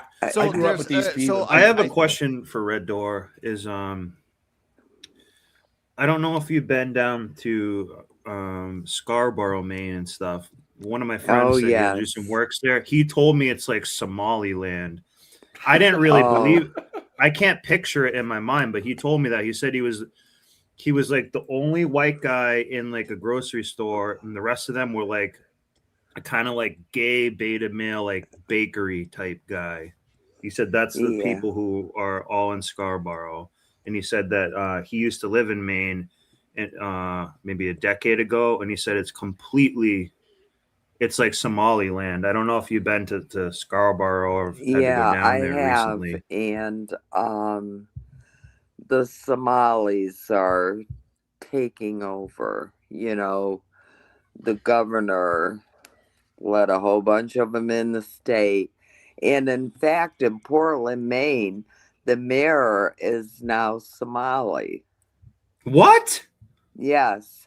And she did a speech and said, well, we're going to be helping out Somalians, and Somali, and all of this. I'm like, you're the friggin' mayor of Portland. You're supposed to be looking out for the people in the state. Well, guys, So- that does show that we had a thing. We were talking about voting, right? And if voting can do anything. And guys, the Somalis show how much, if you organize and Unification, and unify, how much you can actually do. Guys, Minnesota has like 5.8 million people, and there's like 113,000 Somalis, and they basically dictate Minnesota politics now.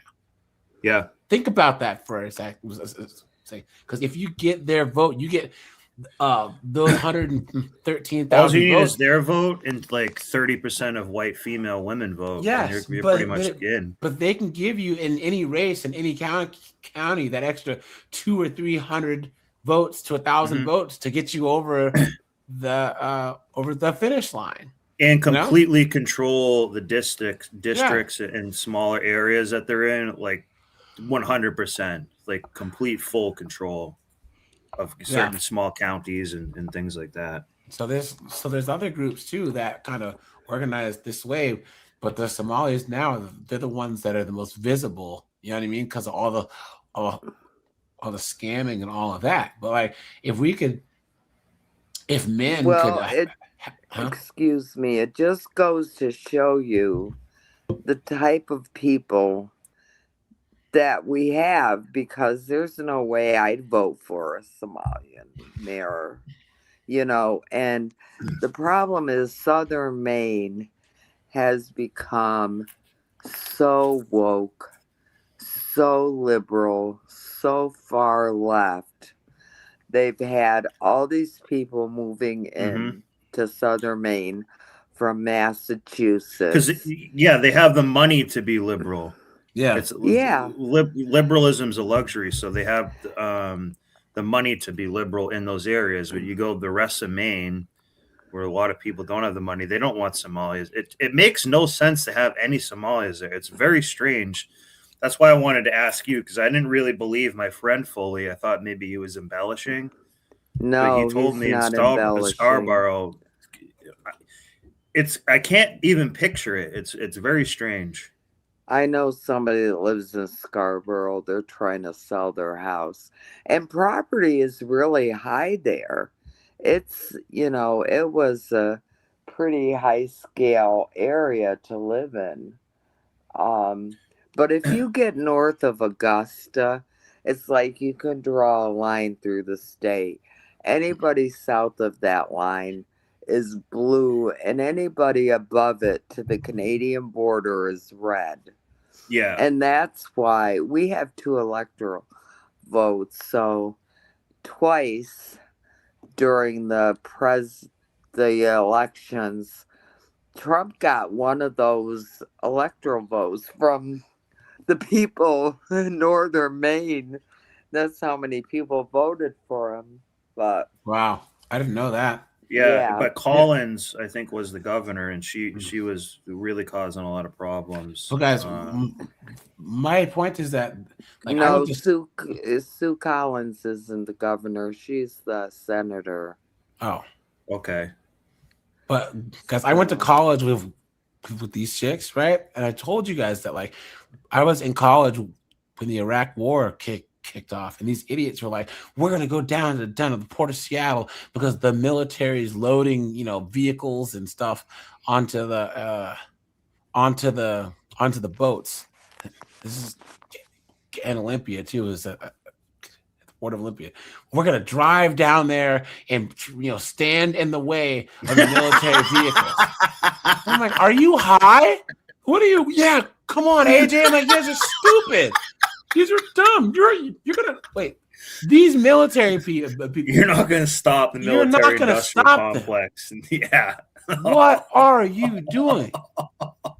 But they're like, oh yeah, we're gonna sacrifice ourselves and la la la. And what's so crazy is, I remember when Hurricane Katrina hit, a bunch of them went down there to New Orleans to help like rebuild the some of the ghetto neighborhoods that were like blown over, and all of them came back just like those.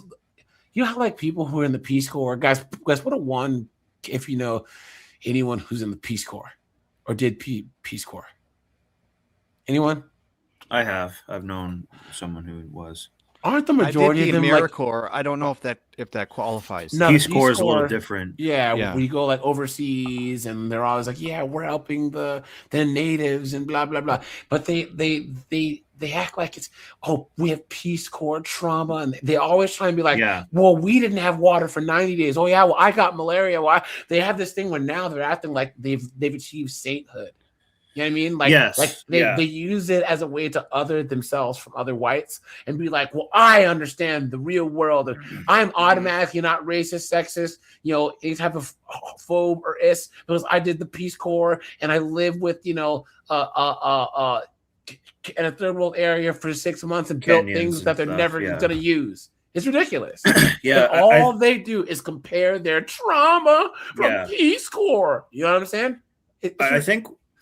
Sorry to interrupt. One other, I think, main component to all of this is when we have these people who kind of essentially are NPCs, but they believe they have main character syndrome. Damn, look at this.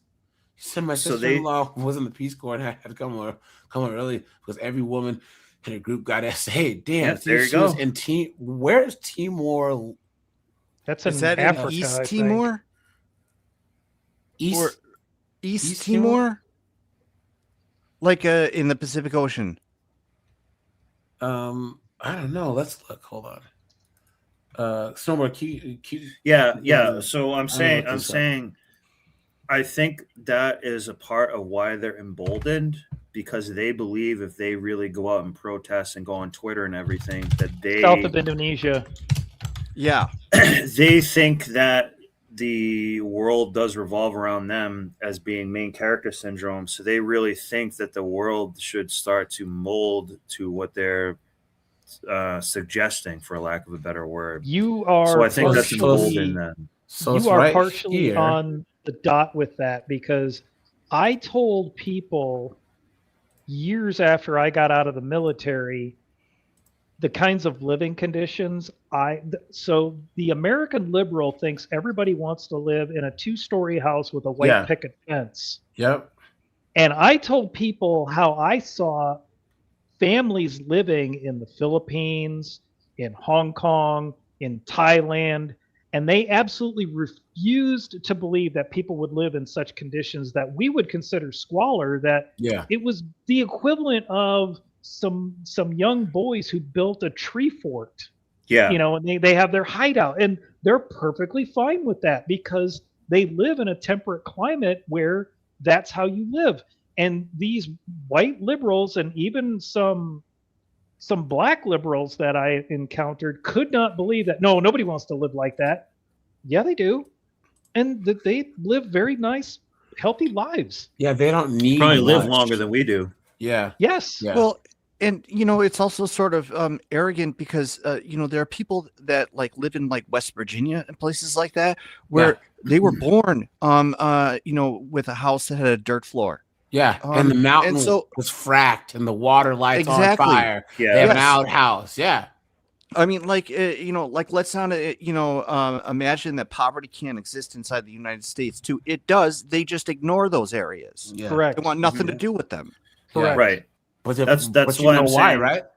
You know they why? have It's because the areas of extreme poverty are like 99% white. Think about it. The poorest areas in Louisiana and Kentucky, Appalachia, and a lot of it's a bunch of white rednecks out in the middle of nowhere. Mm-hmm. Washington State, you go to Aberdeen, you go to Ocean Shores, you go to Elma. You know what I'm saying? Kent. There's no black people out there. So that's what I was basically saying with Red Door, the southern part of Maine. They have the luxury to be liberal because they're closer to Boston and southern parts of New Hampshire and Maine are just more prosperous. Once you go way up to North Maine, there's people hunting for their food. Yeah, like it's a snowstorm out and they're living off firewood right now. There's like a lot of people doing that, but they get ignored by the people in the cushy suburban houses that have the Land Rover. They walk their dog, and they, to them, taking a little bit of social action and putting fuel on the fire is them making a difference. Well, but and they ironically, they look down upon those people. Yeah, it's a classist thing. You're right. The people in the South, the rest of us that don't consider ourselves part of the Southern Maine, we call them flatlanders. Yeah. So New Hampshire, it has that too, and a little bit of Vermont as well. Like you can draw a line up there because we got to drive a few hours to get to all those, not amenities and stuff, but just that's where more of the money is. It's more near the cities, particularly guys, there was Boston and everything. There was a B-dub who went viral because she said, "You guys think that you're poor? There's poor in the South and there's poor everywhere else." Yeah, she said, she's like, if you're in the South or in you're Kentucky and all that, there's poor in like Mississippi and poor, and then there's like if you're not really in the South, then you don't really know what poor is. Poor in Chicago, poor in LA, that's way different than being poor in rural Mississippi, or in rural Louisiana. You're not eating ketchup soup. Even the term redneck it implies somebody that works outside in the sun, and like there's a sneering attitude towards those people who still do manual labor, as if the people who don't are elitists and are somehow better than them. Mm-hmm. Yeah, that's like that's caste system type stuff. Yes, basically. it is, but it's an elitist perspective. That I'm better than this person because I don't do manual labor. Well, because I'm more quote educated. Yeah, that's right. But these are the same chicks who say that they wouldn't date a guy who has a 9 to 5. They don't date blue collar guys. They don't do all that other stuff. So and then the minute I go to cut a tree down at their house and their husband leaves, they're like all over me because their husband's like a foot doctor or something. Yeah. Speaking of somebody who's laying pipe.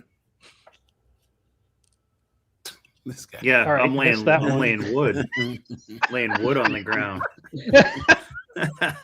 Is that what you call it? Yeah. No, snowboard's serious though. Oh. You told me. Yeah, You no, told me this has been a once. serious. This is just showing me a lot of female nature. Yeah, There's been yeah. many times I never did it because it's my job, my livelihood, I'm actually an ethical person. I'm not going to do that, but many times I can't believe the gall of them. The husband would leave and or they're pay me and they're like in their panties and stuff, and they might be 50 or something, but they'll try shit. It's I could not believe how much they would disrespect their husband and family and stuff. They'd be gone. The husband would be right there. Hey, okay, I'm going to work after I went over the the work with them and everything. Then they'd be trying to do stuff. It really, again, they're married in a great house. The husband's a good guy and everything, and crazy, it wasn't right? a piece of Because they garbage. hold nothing sacred. They don't. Yeah, they don't. And that's why I was like, I'm not going to do this because it's going to be, if anything, they're going to tell their friends and stuff, and it's going to get out. It's just not worth it. Can you imagine snowboard at like a small business owners meeting, and they're like, "Snowboard, so what can you tell us about owning your business over all these years?" She said, Talking about whores, people.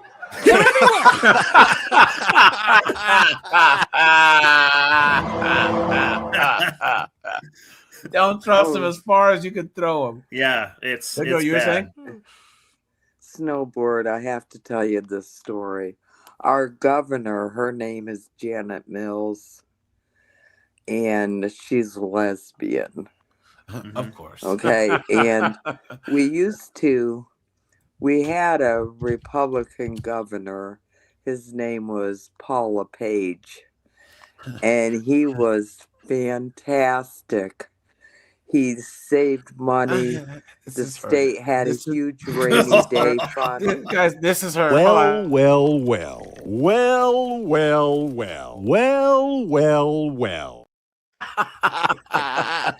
She got into office and just squandered all that money that we had in our rainy day fund, and she's just spent money and spent money. Well, she's going to be out this year, so she can't get reelected. So yeah, I might have been confusing her with Collins because yeah, they were each Susan obstructionists, the Collins Trump is and everything, big time. Yeah, Susan Collins is a rhino. I've never liked her, but yeah, she's yeah, popular.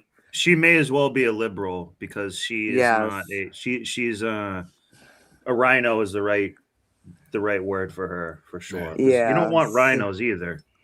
Right. Guys, let's so get into this. wait a minute, I have to tell the story. So every year we have a moose drawing for moose hunting season, and it's a lottery.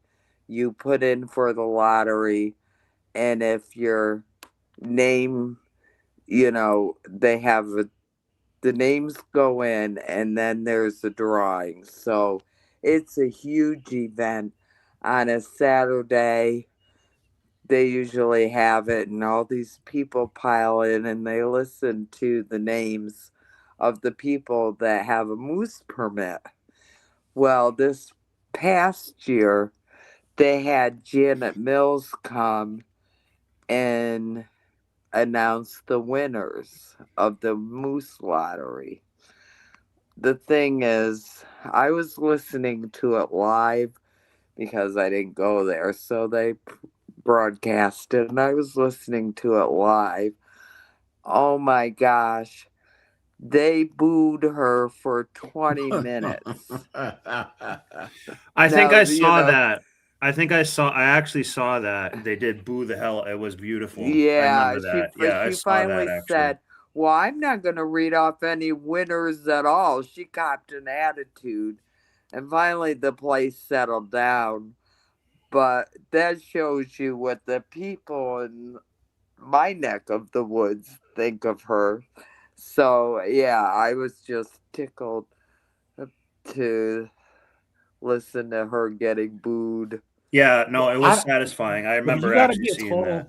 total sociopath to like be someone like the super mayor or Brandon Johnson, Yeah. where you constantly go out and get booed all the time. No. Like what kind of evil, crazy person is not affected by an entire crowd booing, A narcissist, cussing you out? You know what I'm saying? AJ, I'm pretty sure they literally were doing like shame, like they were actually doing stuff like, you know, like that. They were like literally doing that to her. Yeah, It guys, was hit the actually like pretty button, funny. please. Guys, we're at 88 likes, guys. Let's try and hit 100 likes. And guys, let's watch this, and then we'll go to TikTok really fast. Watch this, guys. Who's seen this? Put a 1. I have. I have not. Yeah. Okay, watch. Snowboarding. Buckle in for this one, right? Lesson. If you're gonna go patrol ice in your vehicle, it's probably best that you have a co-pilot, and your dog isn't a good co-pilot. Kiba and I went out driving around, and we came across a convoy of 3 to 4 ICE vehicles stopped in front of a daycare because, yeah, they're here investigating fraud, right? I was going to cover this. Then why does it matter if I stop my vehicle in the middle of the street and I honk my horn? Maybe I'm having a mental health episode, you know? But what did they do? That's what these people are told. That's part of their training. Wait for it. Let's see. First of all, one of the agents looked at me and he goes, that was before I even started honking. I literally just pulled up on him and was staring. When other people started honking, I started honking. I sat there and I laid on the horn. And then there was a very loud banging at the back of my car. And before I knew it, there was a person on my driver's side window with their gun, their big gun, telling me to get the out of here.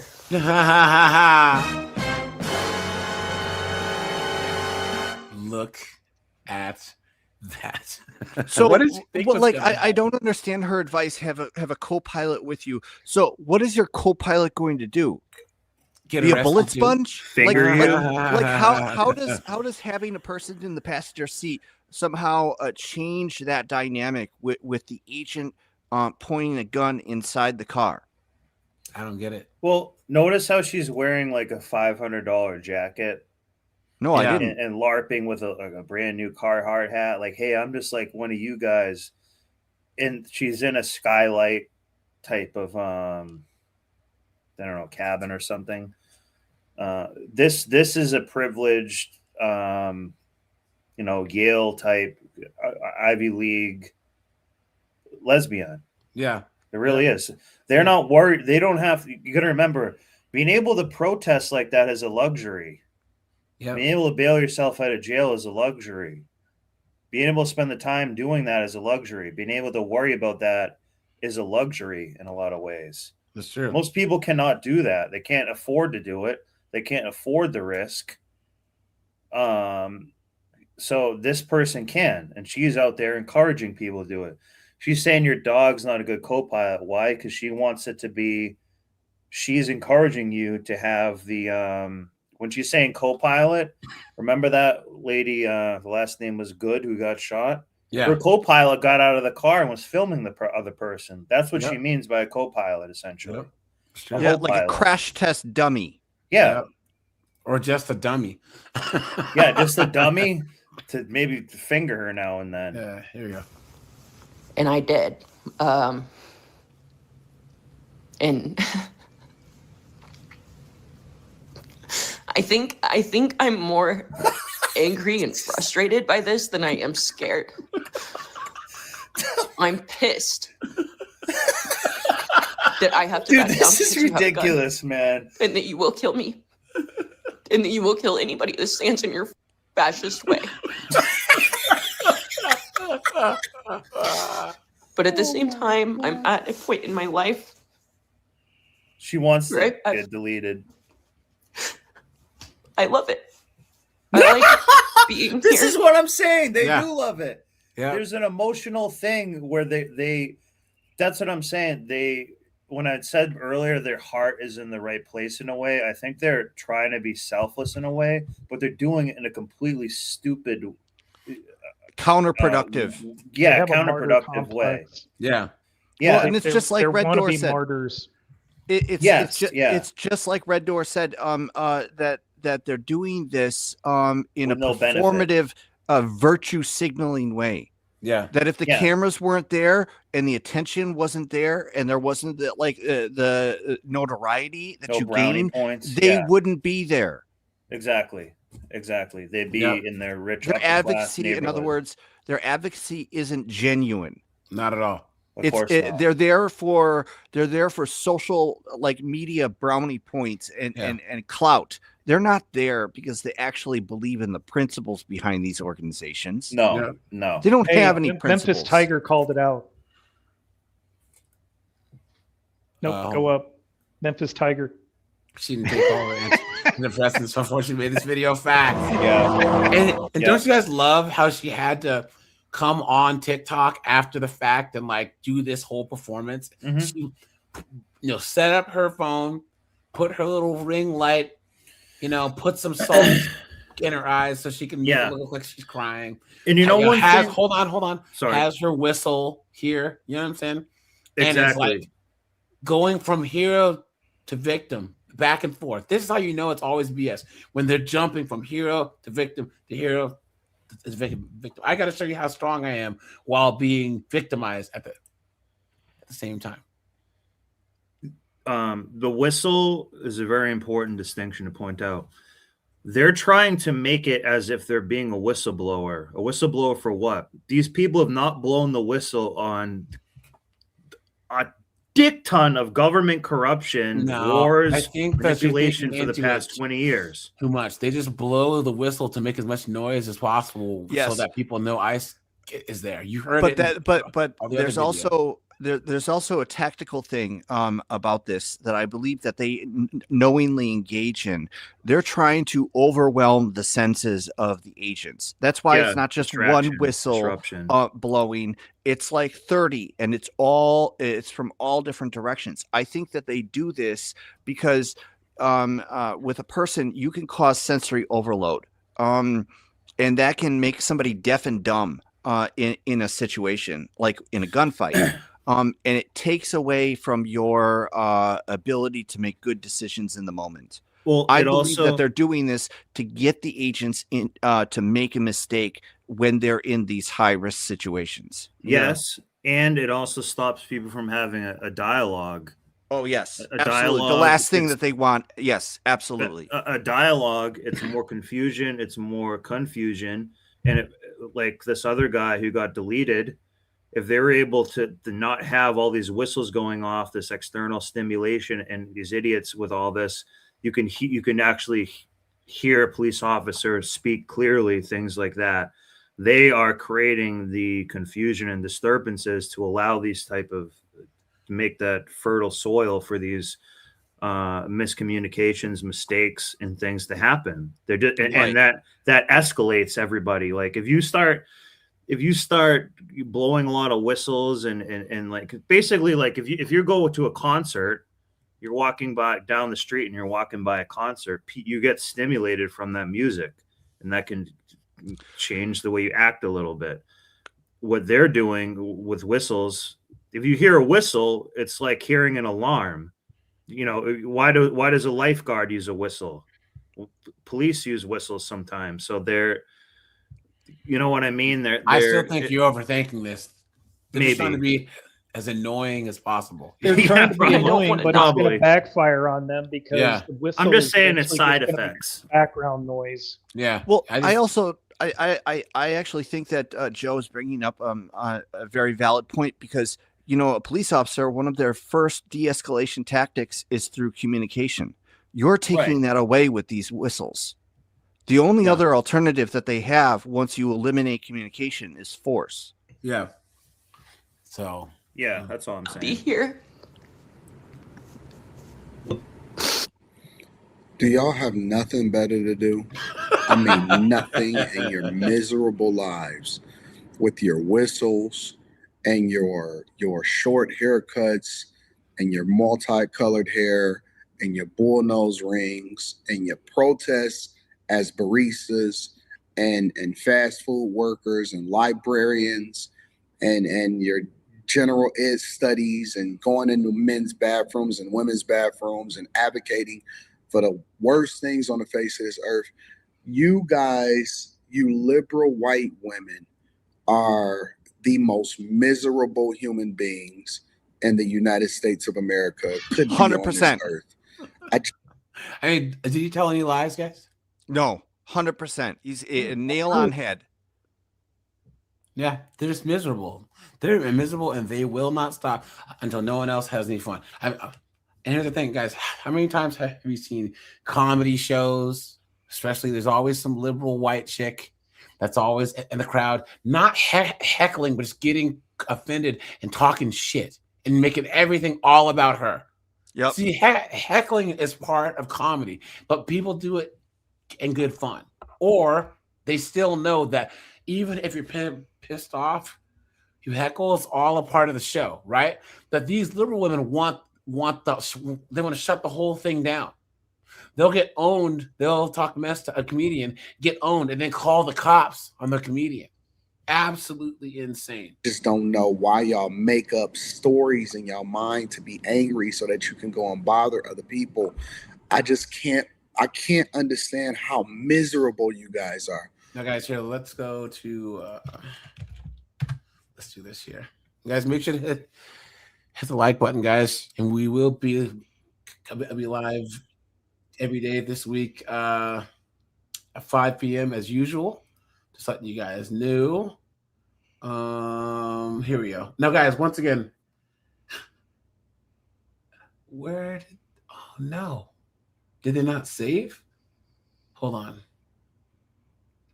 Well, that sucks. Hold on, guys. I had to go back here. Hold on. I forgot that certain things don't work. Look at this. Can you look in your history? No. On the app, it doesn't save the things that that you watch, that I bookmark for some reason. I don't know why, but here you go. Look. I actually don't have a single friend who is like Oh, wait. thrilled with I know where they are. Hold on, guys. I send them to myself as a message. That's why. Okay. Give me 1 second, guys. Technical difficulties. What is going on? Here, let me let this play while I figure this out. What is wrong with this world to where you guys have more opportunity than anybody else in the world, has literally leveraged every single group so that you can include yourself? When they was doing the Black Lives Matters protest, and I'm a conservative, all right?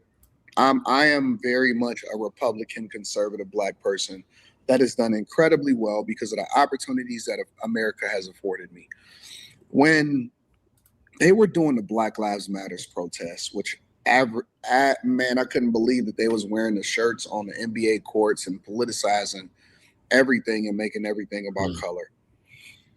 And this Marxist organization that was ran by Black lesbians leveraged you guys in order to make millions of dollars and buy luxury homes and mansions in California. When you looked on the all right, let me just pull up the app and see if I can. When you went outside, when you did anything, you went to the grocery store. You know who was at the forefront of everything? It wasn't Black people. It was white liberal women that were ruining everything. And now, along with many other situations that we can name, they are advocating and launching their whistle patrols on the streets of Minneapolis for Somalians committing fraud, and Somalians don't even want to be out there. They not even marching. They not even protesting. They not even in the streets. And you guys are... You know, I'll do what I can. I actually... So this chick's trying to say, oh, their husbands aren't mad enough to actually go fight ICE. for their wives.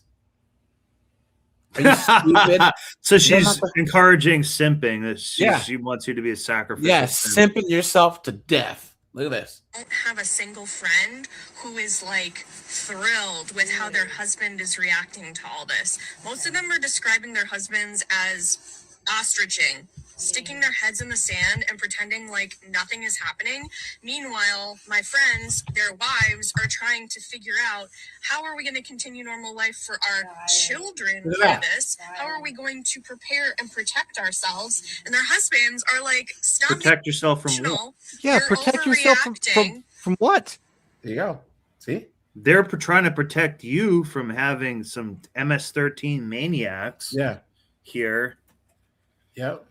See Like, how they want to this shame is you like for putting this is yourself like into a dangerous situation. A complete misidentification of the actual problem. And like I don't know if you still have it, AJ, in the Discord, but that picture of that the Twitter post of the girl crying in agony as ICE is arresting a multiple felon and child molester. Like it, and the girl is beside herself. It's like, dude, why are you upset about this? Like, is this not a complete misappropriation of what you should be caring about and for who? Well, I don't understand it. Part of it, what we're really seeing is a lot of these people are, again, like, social media has been around, we'll say, about 20 years right now. So the repetition, the dumbing down of the people, the Tylenol, them being NPC idiots, that has really built up, and it builds up an emotional component, which they are latched on to. Clearly, they're latched onto this emotionally. This is not logical for them. It's an emotional thing. I think that you're right about part of that. It's a tidal wave that is building, and I don't know. I'll kind of just leave it at that. But I think those are factors that are. I think that this is brewing.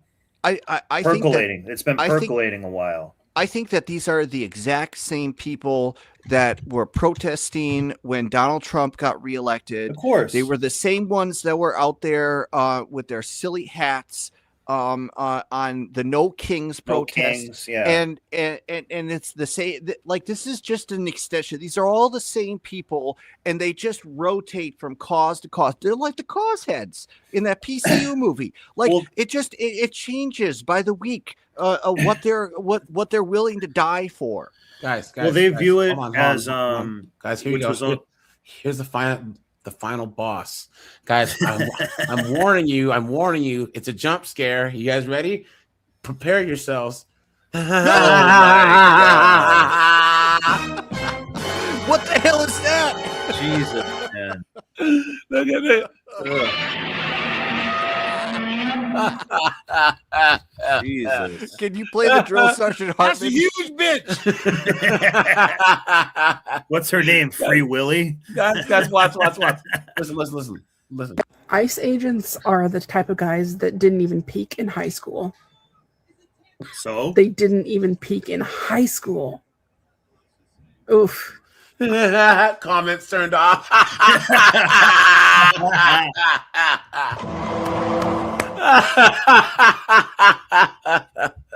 Their only weapon is shame.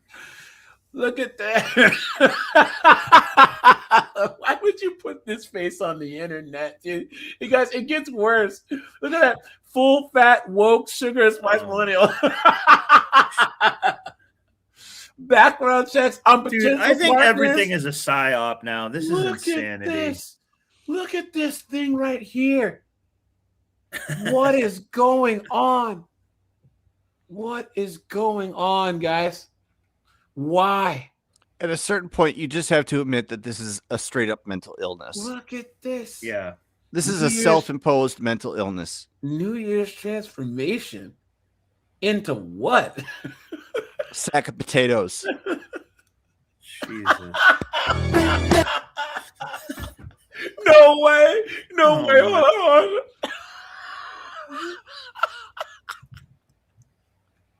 Oh, look, guys, watch.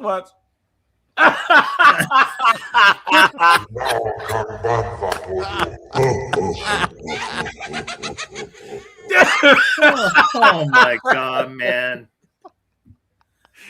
Oh, I'm trying to cut down on It's drinking. like and then you show Zorba me the this Hutt. type of stuff all the time. Guys, even snowboards forklift can't lift this thing. No. You need a crane for this. Steve says equality comes with AJ. responsibility and accountability. So the next 20 years will be held for liberal feminists. Walk away. They wanted this fact. Steve, thanks for being a member for so long, man. I appreciate that.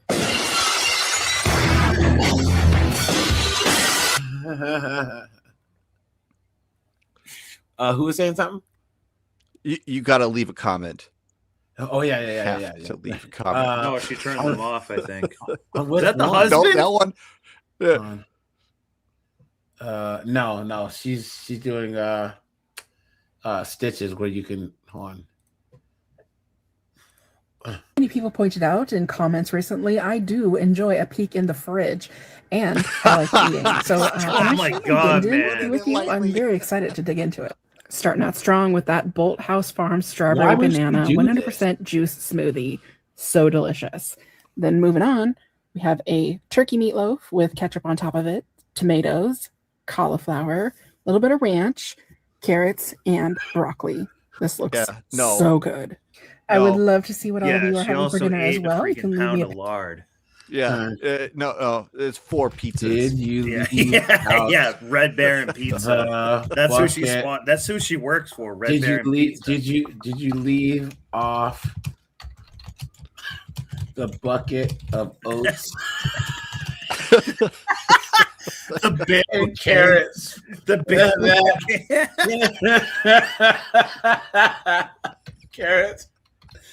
carrots, or were alfalfa they left in the barn?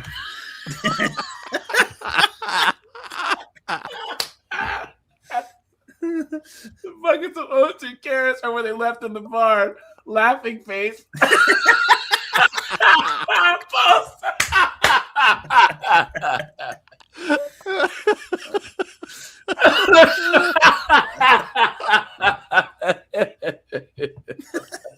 She's lying to you. This is what she is. Guys, what is going on? Go to the next one, you'll be blocked. She had 2 gallons of look soda. at the size of that's no moon. That's a space station. Jesus. I didn't know they made tarps that size. Look at this, man. Oh man, I will be blocked by the end of this. Yeah. He looks like the one guy from Salute Your Shorts, the fat kid. You know, that was all like that's what she looks like. Yeah. I mean, do we see what's happening? Hello. It's time to wake up. Protect your family. Like, my friends are losing complete faith in their partners at this point. So ironic to see white women on the internet talking about how the white men are not sticking up for their families and they're not protecting their families because they saw how that Claire lady was unalived by that ICE officer chair. My whole thing is like, you all literally would have picnics called picnic after you all's church services. You all would go and You're annoying. Hold on, this isn't the other one chick that I found. She tried to talk like Kamala Harris too. Yeah. Well, where's the one chick? She might have actually been kind of cool. There was a what the hell? There was the one chick. There's one to B dubs who were like, bro, this is not our fight. Hold on. I guess what I'm suggesting earlier, it's not these people's real thoughts. They're thoughts and emotions that are implanted in them, and they're very low level thinking. So they're just going to do what's programmed into them. Well, to go back to an earlier statement, they don't have the skills to perform critical thinking. Discernment. Agreed. Yeah, someone just farted. But I think that also with all of these soccer moms, I think that they're completely outraged that one of these white women who is out there performatively doing their obstruction duties, whatever you want to call them. I think that they're outraged that like she got shot. I think that there's some kind of block where they think that they're protected from consequences of their behavior. Right. So I said earlier, they've never been held accountable. Exactly. Yes. And that's what they're really angry about.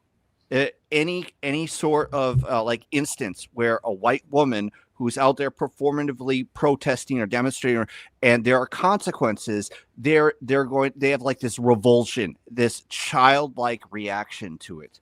And it makes them it's like supercharging, or I don't like that, like Popeye getting his spinach. I mean, that's like the animation that comes to my head when I think about white privileged women being held accountable. That's what happens. Well, it's the accountability, and they've never had to hold their emotions in check. Exactly. So that's why they're the ones who, anytime they feel they've been affronted, they lose their collective shit and say that you're being aggressive. They don't feel safe. They were scared at the time. Yeah. It's all nonsense. Here we go, guys. Here we go. Entertainment purposes only. I'm gonna say this one fucking time and one fucking time only. This ISIS situation. Sorry to say, I just want to add one other mini point. It's like, well, maybe the ICE officer was scared too. Yeah, but they don't see them as being human. I know. Beings. I know. And I know that's that what someone. That's what one of the. I think that the ICE commander or whatever is like. They don't realize that these ICE officers, all first responders, all people too, all law enforcement are people also. Yeah, they're just trying to make a paycheck. Yeah, some of them probably don't even want to do this stuff. They just it's a what good did the opportunity guy for them. On the news story just say? He said, "Look, people can't separate the administration from the employees, right? Like those ICE people go, oh well, how can you be a federal employee during Orange Man's tenure? It's like, well, there's federal employees. They were a federal employee who've been before. doing certain jobs for 30 years. They were under Bush, Clinton, Bush, Obama, Trump. You know what I'm saying? Like, what? You just do your job. You know what I mean? Like the winds can change. You know? Yeah. So I know that they don't see it that way, but I just wanted to add to Korg's point. Like that actually works both ways. Like, you know what I mean? Like that ICE guy, I don't think wanted to shoot people. They didn't want it. He doesn't want to go home and deal with that. He just wanted to have a nice day at work, have stuff go with minimal obstructions, and do what he's paid to do to get his salary to feed his kids. Well, and also, I bring this up because this is like, a consideration most people don't think about, but these people who wear the badges have every right to protect their own lives as an individual, as a regular person does. That's what I'm saying. And the badge never asks them to take a bullet or to take the shovel, a shovel to the head. Like they're not employed to do that. There's nothing in their contract that says that they have to do that. They're allowed to protect themselves. Right. Yeah. And there are certain people, if you have a mob around them, maybe Matt might be one of these people that they're gonna maybe like perhaps overly defend themselves because that they're scared, their adrenaline's going, everything, and they're gonna say, I'm just gonna eliminate every threat I see and totally crush it, because that's their DNA and stuff taking over, or their adrenaline, they're in the moment and everything. Those type of things can happen. That's why I'm saying, do not, if you're trying to counter protest, you're just adding into the equation of bad things that can happen. Do not go into this. This is like, what do you really go? Well, guys, you're gonna simp for ICE? You don't need to do that. By the time that you're our age, you have stuff to lose. Yeah, getting arrested, getting shot in the eye with a rubber bullet, it's just gonna ruin everything you have going. You know what I'm saying? So, let's watch this. TikTok, this is for entertainment purposes only. I'm going to say this one fucking time and one fucking time only. This ISIS situation ain't got nothing to do with us. It is not our business. Nice. It is not our fight. You know, a hard head make a soft ass. I kind of like and her. a lot of y'all are being real hard-headed right now and still carrying y'all ass out there in them streets.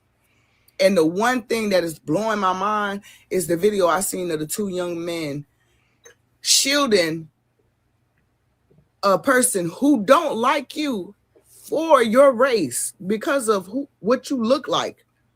Y'all are protecting him from a whole bunch of other motherfuckers who ain't your people. They out there fighting a fight that ain't got nothing to do with us. Why are y'all out there? And why are y'all protecting somebody who don't give a fuck about you? These people wouldn't bat an eye if you were out there being... Y'all keep forgetting. When we protest and when we march, we get gunned down. We get riddled with rubber bullets, bean bags, pepper spray, locked up, unalive. These are the things that happen to us when we take our ass out there in the streets. They've been out in the streets tearing shit up for the longest, burning shit down, fighting each other, doing this and doing that. Where have y'all heard of any of the same things that happens to us when we out there happening to them? Have y'all been hearing about SWAT coming out there tearing the streets up and putting them in their place? Absolutely the fuck not. And this is how a lot of black people people feel. It's not our fight at all. America can't save them all, and America is not everybody's motherfucking savior. Everybody can't come over here for a better life. The fuck? And I don't give a fuck how much flack I get for this. I don't care. The average real American is not even fucking happy in America because of our goddamn economy and in the system, in the government. So what makes you think we're going to dogpile more fucking people from a third world country that's coming over here looking for a better life when the motherfucking average American, real American citizen is not happy? Like, why do these people from these third world countries come over here and feel so fucking entitled to fight for some shit that they couldn't fucking do in their own fucking country? Do you get what I'm saying? And then like, oh, you black Americans, why the fuck do y'all keep bringing us up? Bitch, we overcame our shit. We still fighting battles that we still are trying to conquer and overcome. But for the most part, we created this shit here in America from fucking scratch. Do that same shit in y'all country. America is not entitled. Y'all are not entitled to America to save y'all from the life that y'all have in these fucked up ass countries. And I'm talking about these new age immigrants. I'm not talking about old immigrants. Isn't it crazy? Guys, the devil's wearing long johns. Guys, when B-dubs makes sense, this is logical. It's end of days type shit. Yeah, this is it's crazy, man. I was watching this. I'm like, these woke white chicks are so bad that the B-dubs are making sense. And guys, look at this thing here. Isn't it weird that in America, our flag and our culture can offend so many people, but our benefits don't? That been over here. I'm talking about these new fucking people. We can't save y'all. I'm sorry. Find some shit, protest, take over y'all country. Y'all come over here and demand shit that y'all wouldn't even demand in y'all own fucking country.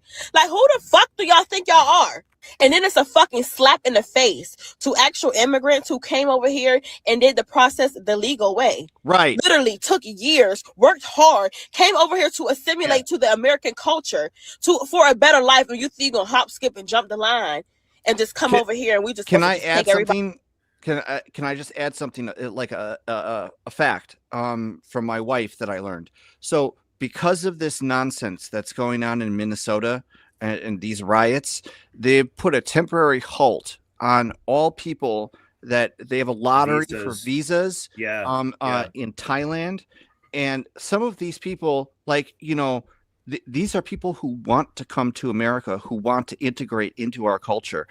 That process has been responsible for saving people's lives in Southeast Asia. That is on hold because of this nonsense that many of these people who are here illegally, they're engaged in. And this effort that ICE has to make, that Border Patrol, that Homeland Security, that they have to deploy their people, those are all people who are involved in the passport process. It makes it longer for people who are in the process to get the process done, because these people are not at their official locations. They have to be redeployed to places like Minnesota to back up their brothers in blue. Mm-hmm. Yeah. And so all of this stuff with these illegal immigrants, all in the end, all they do is they end up hurting legal immigrants who go through the process the right way. Yeah, and you can guarantee the people who are the most anti-illegal immigrants are legal immigrants. Damn right. I have Ethiopian friends and Romanian friends and stuff. Dude, they can't stand illegals of all groups. You know what I'm saying? They can't stand them. It's crazy. So I need to fuck in. I would never understand coming to another country demanding shit that you didn't demand in your own fucking country. Like, oh, we're just trying to come over here for a better life. I don't give a fuck what nobody say. Everybody can't be saved. Everybody can't be saved. You see what happened to the Somalis in Minnesota? We gave them refugee status, came over here for a better life, and they're over here fucking frauding the goddamn system. They're over here richer than a motherfucking American that we can't even get resources because we've been thrown right in motherfucking jail. But over there, being a hater they're is living helping her see logic in off a way. of the dime of fucking Americans in America. They couldn't do this shit in Somalia. Why can't you do the shit that you're doing in America? Why can't y'all do it in Somalia? Since y'all love y'all come over here from Venezuela, then y'all come over here with these racist rhetorics, these racist ideas, thinking you fucking white, thinking you gonna get these white fucking privileges. Let's not forget, y'all fucking voted for Trump. I don't feel sorry for them because most of Trump's fucking votes came from immigrants. I will vote for Donald Trump. That shit lives rent free in my motherfucking head. You know I'm what? sorry, My but that's pretty forklift funny. can lift her. That's actually pretty funny, you know? Yeah, I I don't give a actually like fuck. her.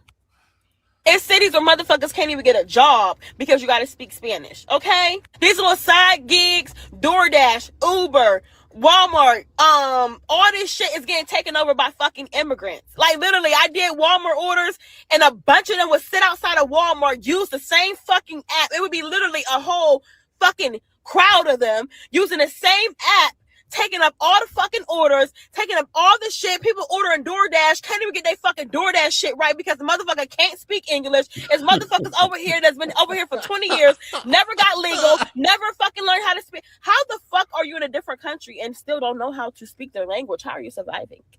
Let me know. Let me know.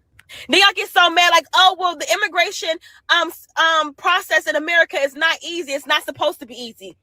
You go to any other country, they throwing the motherfuckers out in Bahamas. They sent Haitians back in Bahamas. Other countries are deporting people because they're trying to preserve their fucking culture. Then y'all like, oh, Americans don't have culture. Y'all come over here with these ignorant mindsets. Y'all don't even like fucking America. Y'all are just using it because y'all want to come over here and do something that you couldn't do in your own fucking country. Nobody will ever make me feel sorry. I don't care. And this fight ain't Black Americans fight. We've been fighting for fucking 500 years. We're tired, bitch. Leave us alone. We got our own fucking battles to handle. Yeah, well, anyways. Well, I think she's done now. But yeah. I'll take her in. Yeah. But guys, here, hold on.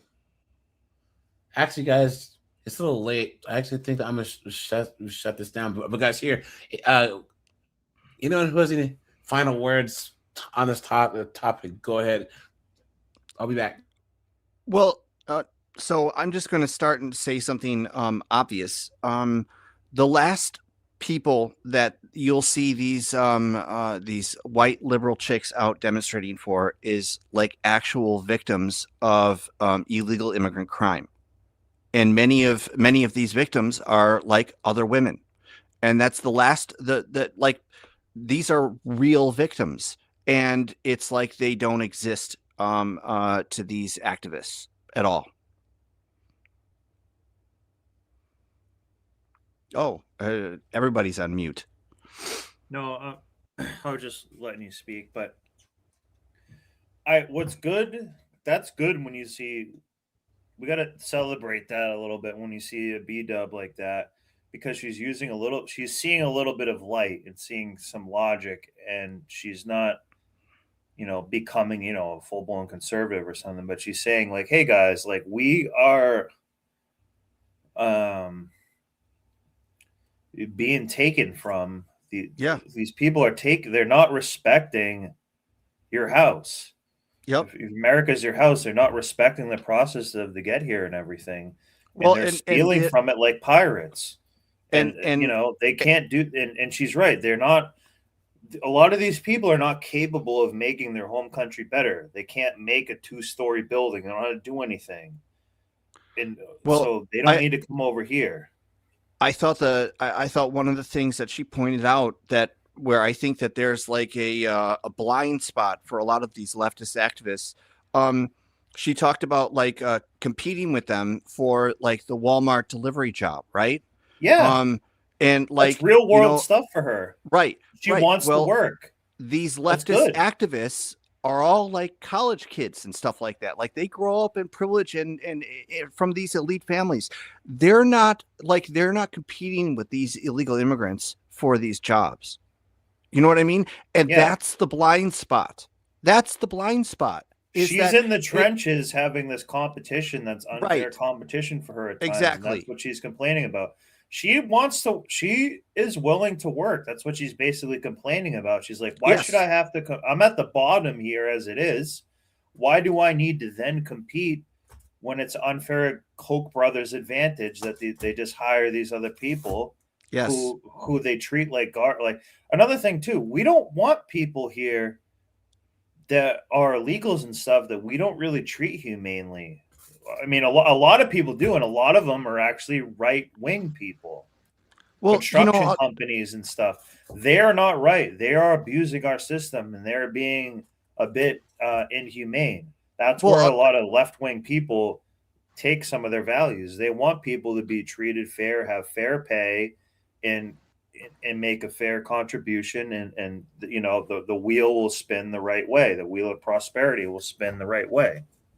I think that when you see how things pan out with the undocumented, that this is just that allowing the undocumented to exist in our country is like setting up a second class, like a second class, a permanent servant class in our country. And I think that a lot of these privileged elitists, especially in the Democratic areas, they profit from this. They profit from this arrangement. This is like another form of like slavery. Siphoning. Yeah. And it's energy harvesting. But here's the thing about that, though, is they actually think that they're not going to be affected by it, though. It's so much short-term thinking. Like, yeah, they have this servant class or whatever, fine, but like at some point there's going to be so many of them that it's going to affect their gated neighborhoods, their gated communities. You know what I'm saying? That's just the way it works. I mean, look at the Palisade fires. Like, bro, like stupid policies, these woke liberals, like they're making money thinking that they're doing good. But you know and I know that the reason why the Palisades fires was such a big deal was because the rich people's part of town burned down. And you know and I know that that the same reaction wouldn't have happened if it was just if it was a poor neighborhood. In Louisiana, like any policymaker knows that you keep the rich people happy. Yeah, you know what I'm saying. Oh, guys, here's the video. Watch of the chick got caught giving her boyfriend a hand jibber. Another on the one? flight. No, we never watched it. I brought it up and then said that we were going to check it out.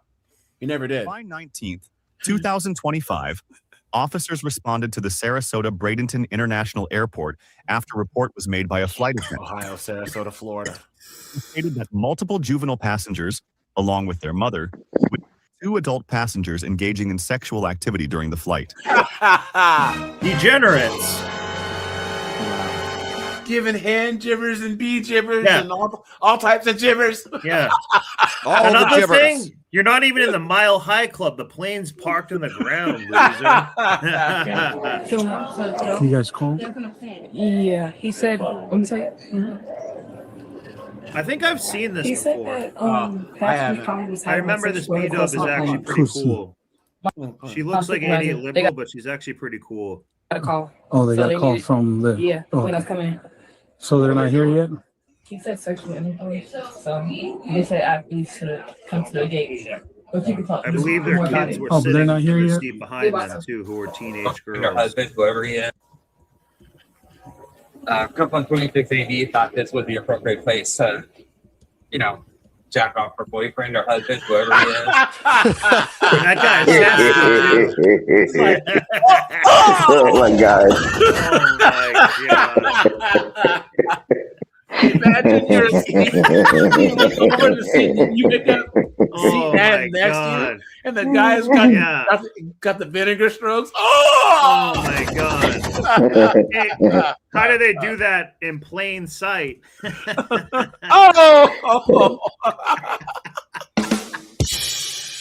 Hey, Red Door, if you could look at the chat for a second.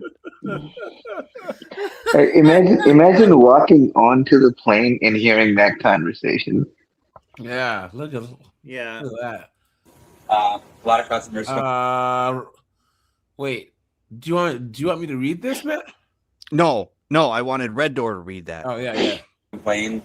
We tried to get her to I just think I sit up posted and pass her this for you seatbelt. guys. I think I've seen There's this a lot of one. kids back there, so we tried to not make any big issue about it. But they continued. So She's like, "Hey, stop that!" Oh, all right, and then she went right back to grabbing the control stick. Yeah. Were there any children around them? Yeah. The family, they're in 26 AD. The kids in 27. Did you actually see it? I just need you to write it down for me what you said. I just need you to. So yeah. And then lady with her kid witnessed it as well.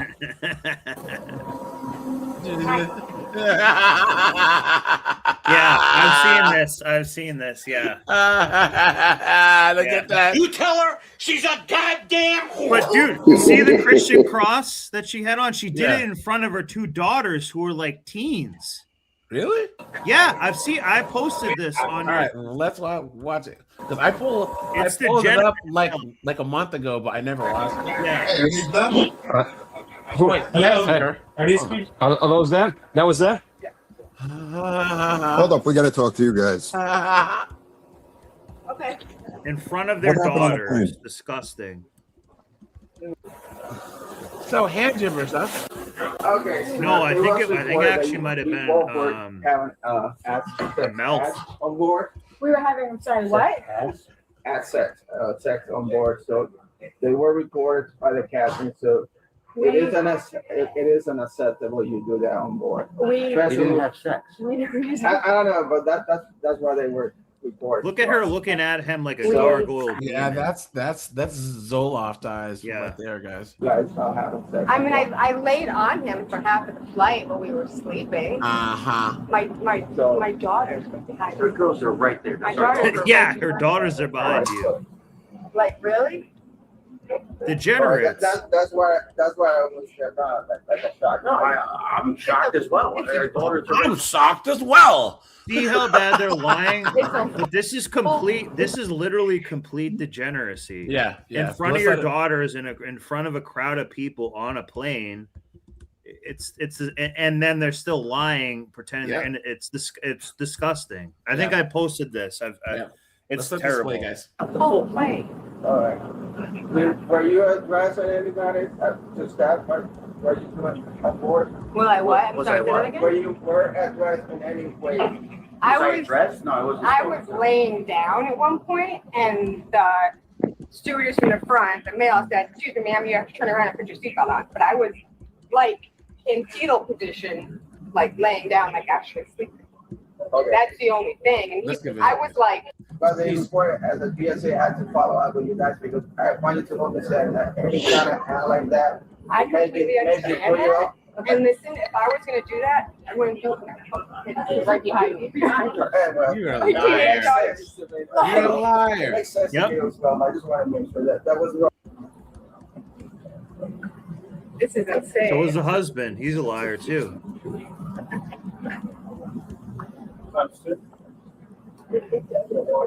Is this dude like 5'2"?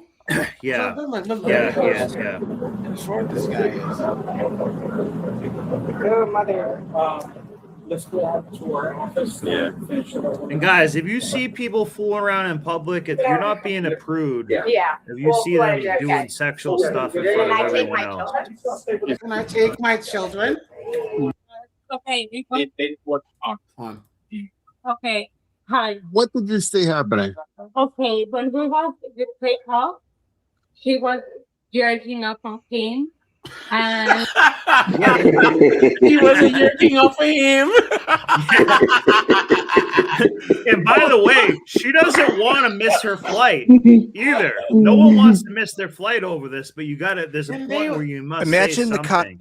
imagine the conversation that the pilot is having to have to make with ground control and the tower about why the plane cannot back away from the terminal at this point. How do you say it? Yeah. Yerking? Yeah. we got a 304 in the cockpit over here. Oh, 304 in the cockpit.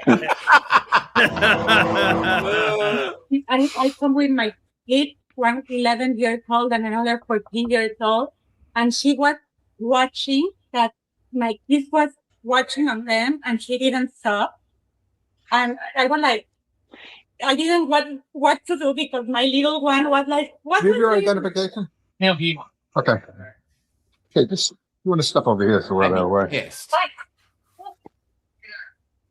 But the only thing is that I don't want that she knows that I the flight attendant saw them too. I know. Are you able to read my handwriting? Yeah. Okay, cool. Did you actually see his sexual organs or anything, or?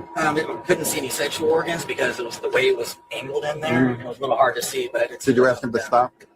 We're trying not to because that way if we did, we were going to cause a problem, and it was early in the flight, so we had about an extra hour and a half, I want to say, of the flight. So, how long did it go on for? That's a good question. She's going to know a little bit more than I did. We were just trying to make pass-by so we could witness it. We made multiple ones, and I was the only one that saw motion. So that was the best act that I saw. So with her head in his lap, not her hand? Straight in the lap. So Akuma says he caught a young couple having sex on a midnight change traveling from a date. He told the guard that they sent 3 cops, and they're still going at it in front of the guard. Please, you guys remember the one couple who got caught banging on the beach? Remember that? Yeah. That was hilarious. There's also a woman who was diddling herself on the beach who got arrested too. Yeah. Don't tolerate degeneracy, guys. This is Yeah. not you being a prude or not being cool. These are public places, public spaces. There's kids around. With children around. With children. This is not like you're at some house party. You know what I mean? And maybe you could just walk away or something like that. This is degeneracy, and it's the right thing to call it out. It's not I right. think it's not like for some people it's not going to hit as hard, but imagine the kids telling this story. Wait, Larry. It doesn't matter who it hits as hard or what. It's disgusting, and it shouldn't be. Yeah. It's something that's private. You should be doing that in private, and not in public on a plane in an intimate space like that. Yeah, a plane cockpit is kind of intimate. Everyone's huddled close together and stuff. You know what I mean? Yeah, it doesn't make any sense. Like it's just how are we even having to have this conversation? It would be bad enough if she just whipped her titties out. You know what I'm saying? Or if he whipped up like an actual sex act. Is like, is there anything worse to do in public when it comes to that type of stuff? But also, go ahead, Matt. Imagine all of the other people that they're sitting around. There's nowhere for them to go. Imagine how it makes them feel. They bought tickets to be on that airplane, and now they have to sit next to a guy being jacked off by his whole wife. I mean, like that's completely inappropriate. Think about how insensitive it's also them saying "f you" to everyone, everyone around them. "F you." I'm going to be a degenerate right in front of you, but they're getting off more at the fact that other people are going to kind of see it and kind of know than the act of doing it. Right. That's most of it. So they're kind of being like a creepy performative vampire or something. That makes it more disgusting. That's what I'm saying. It's sickening. And in front of their teen daughters. Who are kind of hot. Yeah. And there's this 11-year-old. Damn, dude. You got me on that one. You caught me by surprise. Let's finish this, guys. Thing that my cause you guys to be under arrest, then you guys might end up under arrest. If they don't say it, The lie detector determined that was a lie. I'm not saying you did. I'm just saying we're talking to them. They're going to talk to them as well, and then eventually it's going to come up to whatever they believe saw. That's all I'm saying. Like, whoever was around you. Okay. You want to tell me what happened on the plane? The only thing that happened is me and her got on the plane. The girl sat behind us. We asked them if they wanted to be in front of us so we could see them. They said no. That's a lie. That's a lie. He wanted them sitting. Hello? That's a lie. All right, bye. Yep. Okay, bye. All right, go ahead. We joked around for a little bit before we got on the plane. Joked around for a little bit before we Yeah. left. And hey, it was You a real choked gag. her. Passed out. The real gag. That's it? Yeah. Okay. At this point, I just want to put the handcuff on you. Why? I'm not quite sure he's the arresting officer. If there's You're cooked. he's the investigating officer. You're cooked. What's going on? Yeah. What do you mean? What's going on? You know what you did. So, again, I've been with you. Just like a little kid that got that's trying to lie. She knows she got caught. What is going on? And I wasn't there prior to whatever conversation you guys have with them over there. I'm just watching. Yeah, all of a sudden they go retarded. Hand in the cookie jar of dicks. I was talking to their flight attendant guys. So that's off right now. You guys are being detained. Keep your hand out. Look at this guy. I know. Please. Oh, they're trying. Give him a break. Give him a handout. You know. Give him a hand. Yeah, they had the whole plane ride in the palm of their hand. Oh. Hey, come on now. Come on. Detained. What is that? I don't even know what that Detained means. means that you're in our custody until whatever investigation needs to be done is done. What is going on right now? What's What? So what my See, heart what is going That's on? fine. What is going on? You know what You you go. did. Okay. There are reports on the plane that you were performing sexual acts with your husband on the Look plane. at this guy. Cop is creepy. He likes it kind of. No. He's probably seen it. He probably thought that he's seen everything. He's probably been working at this airport for years, and he probably heard that this is one of those things. Just the Mile High Club, ha. He's heard about it, but then he's like, guys, he probably was on the radio, like, yo, guys, you'll never guess what happened. I was like sleeping all over him, yes, and we were like giggling and joking when we first got there because it was such a shit show of a morning.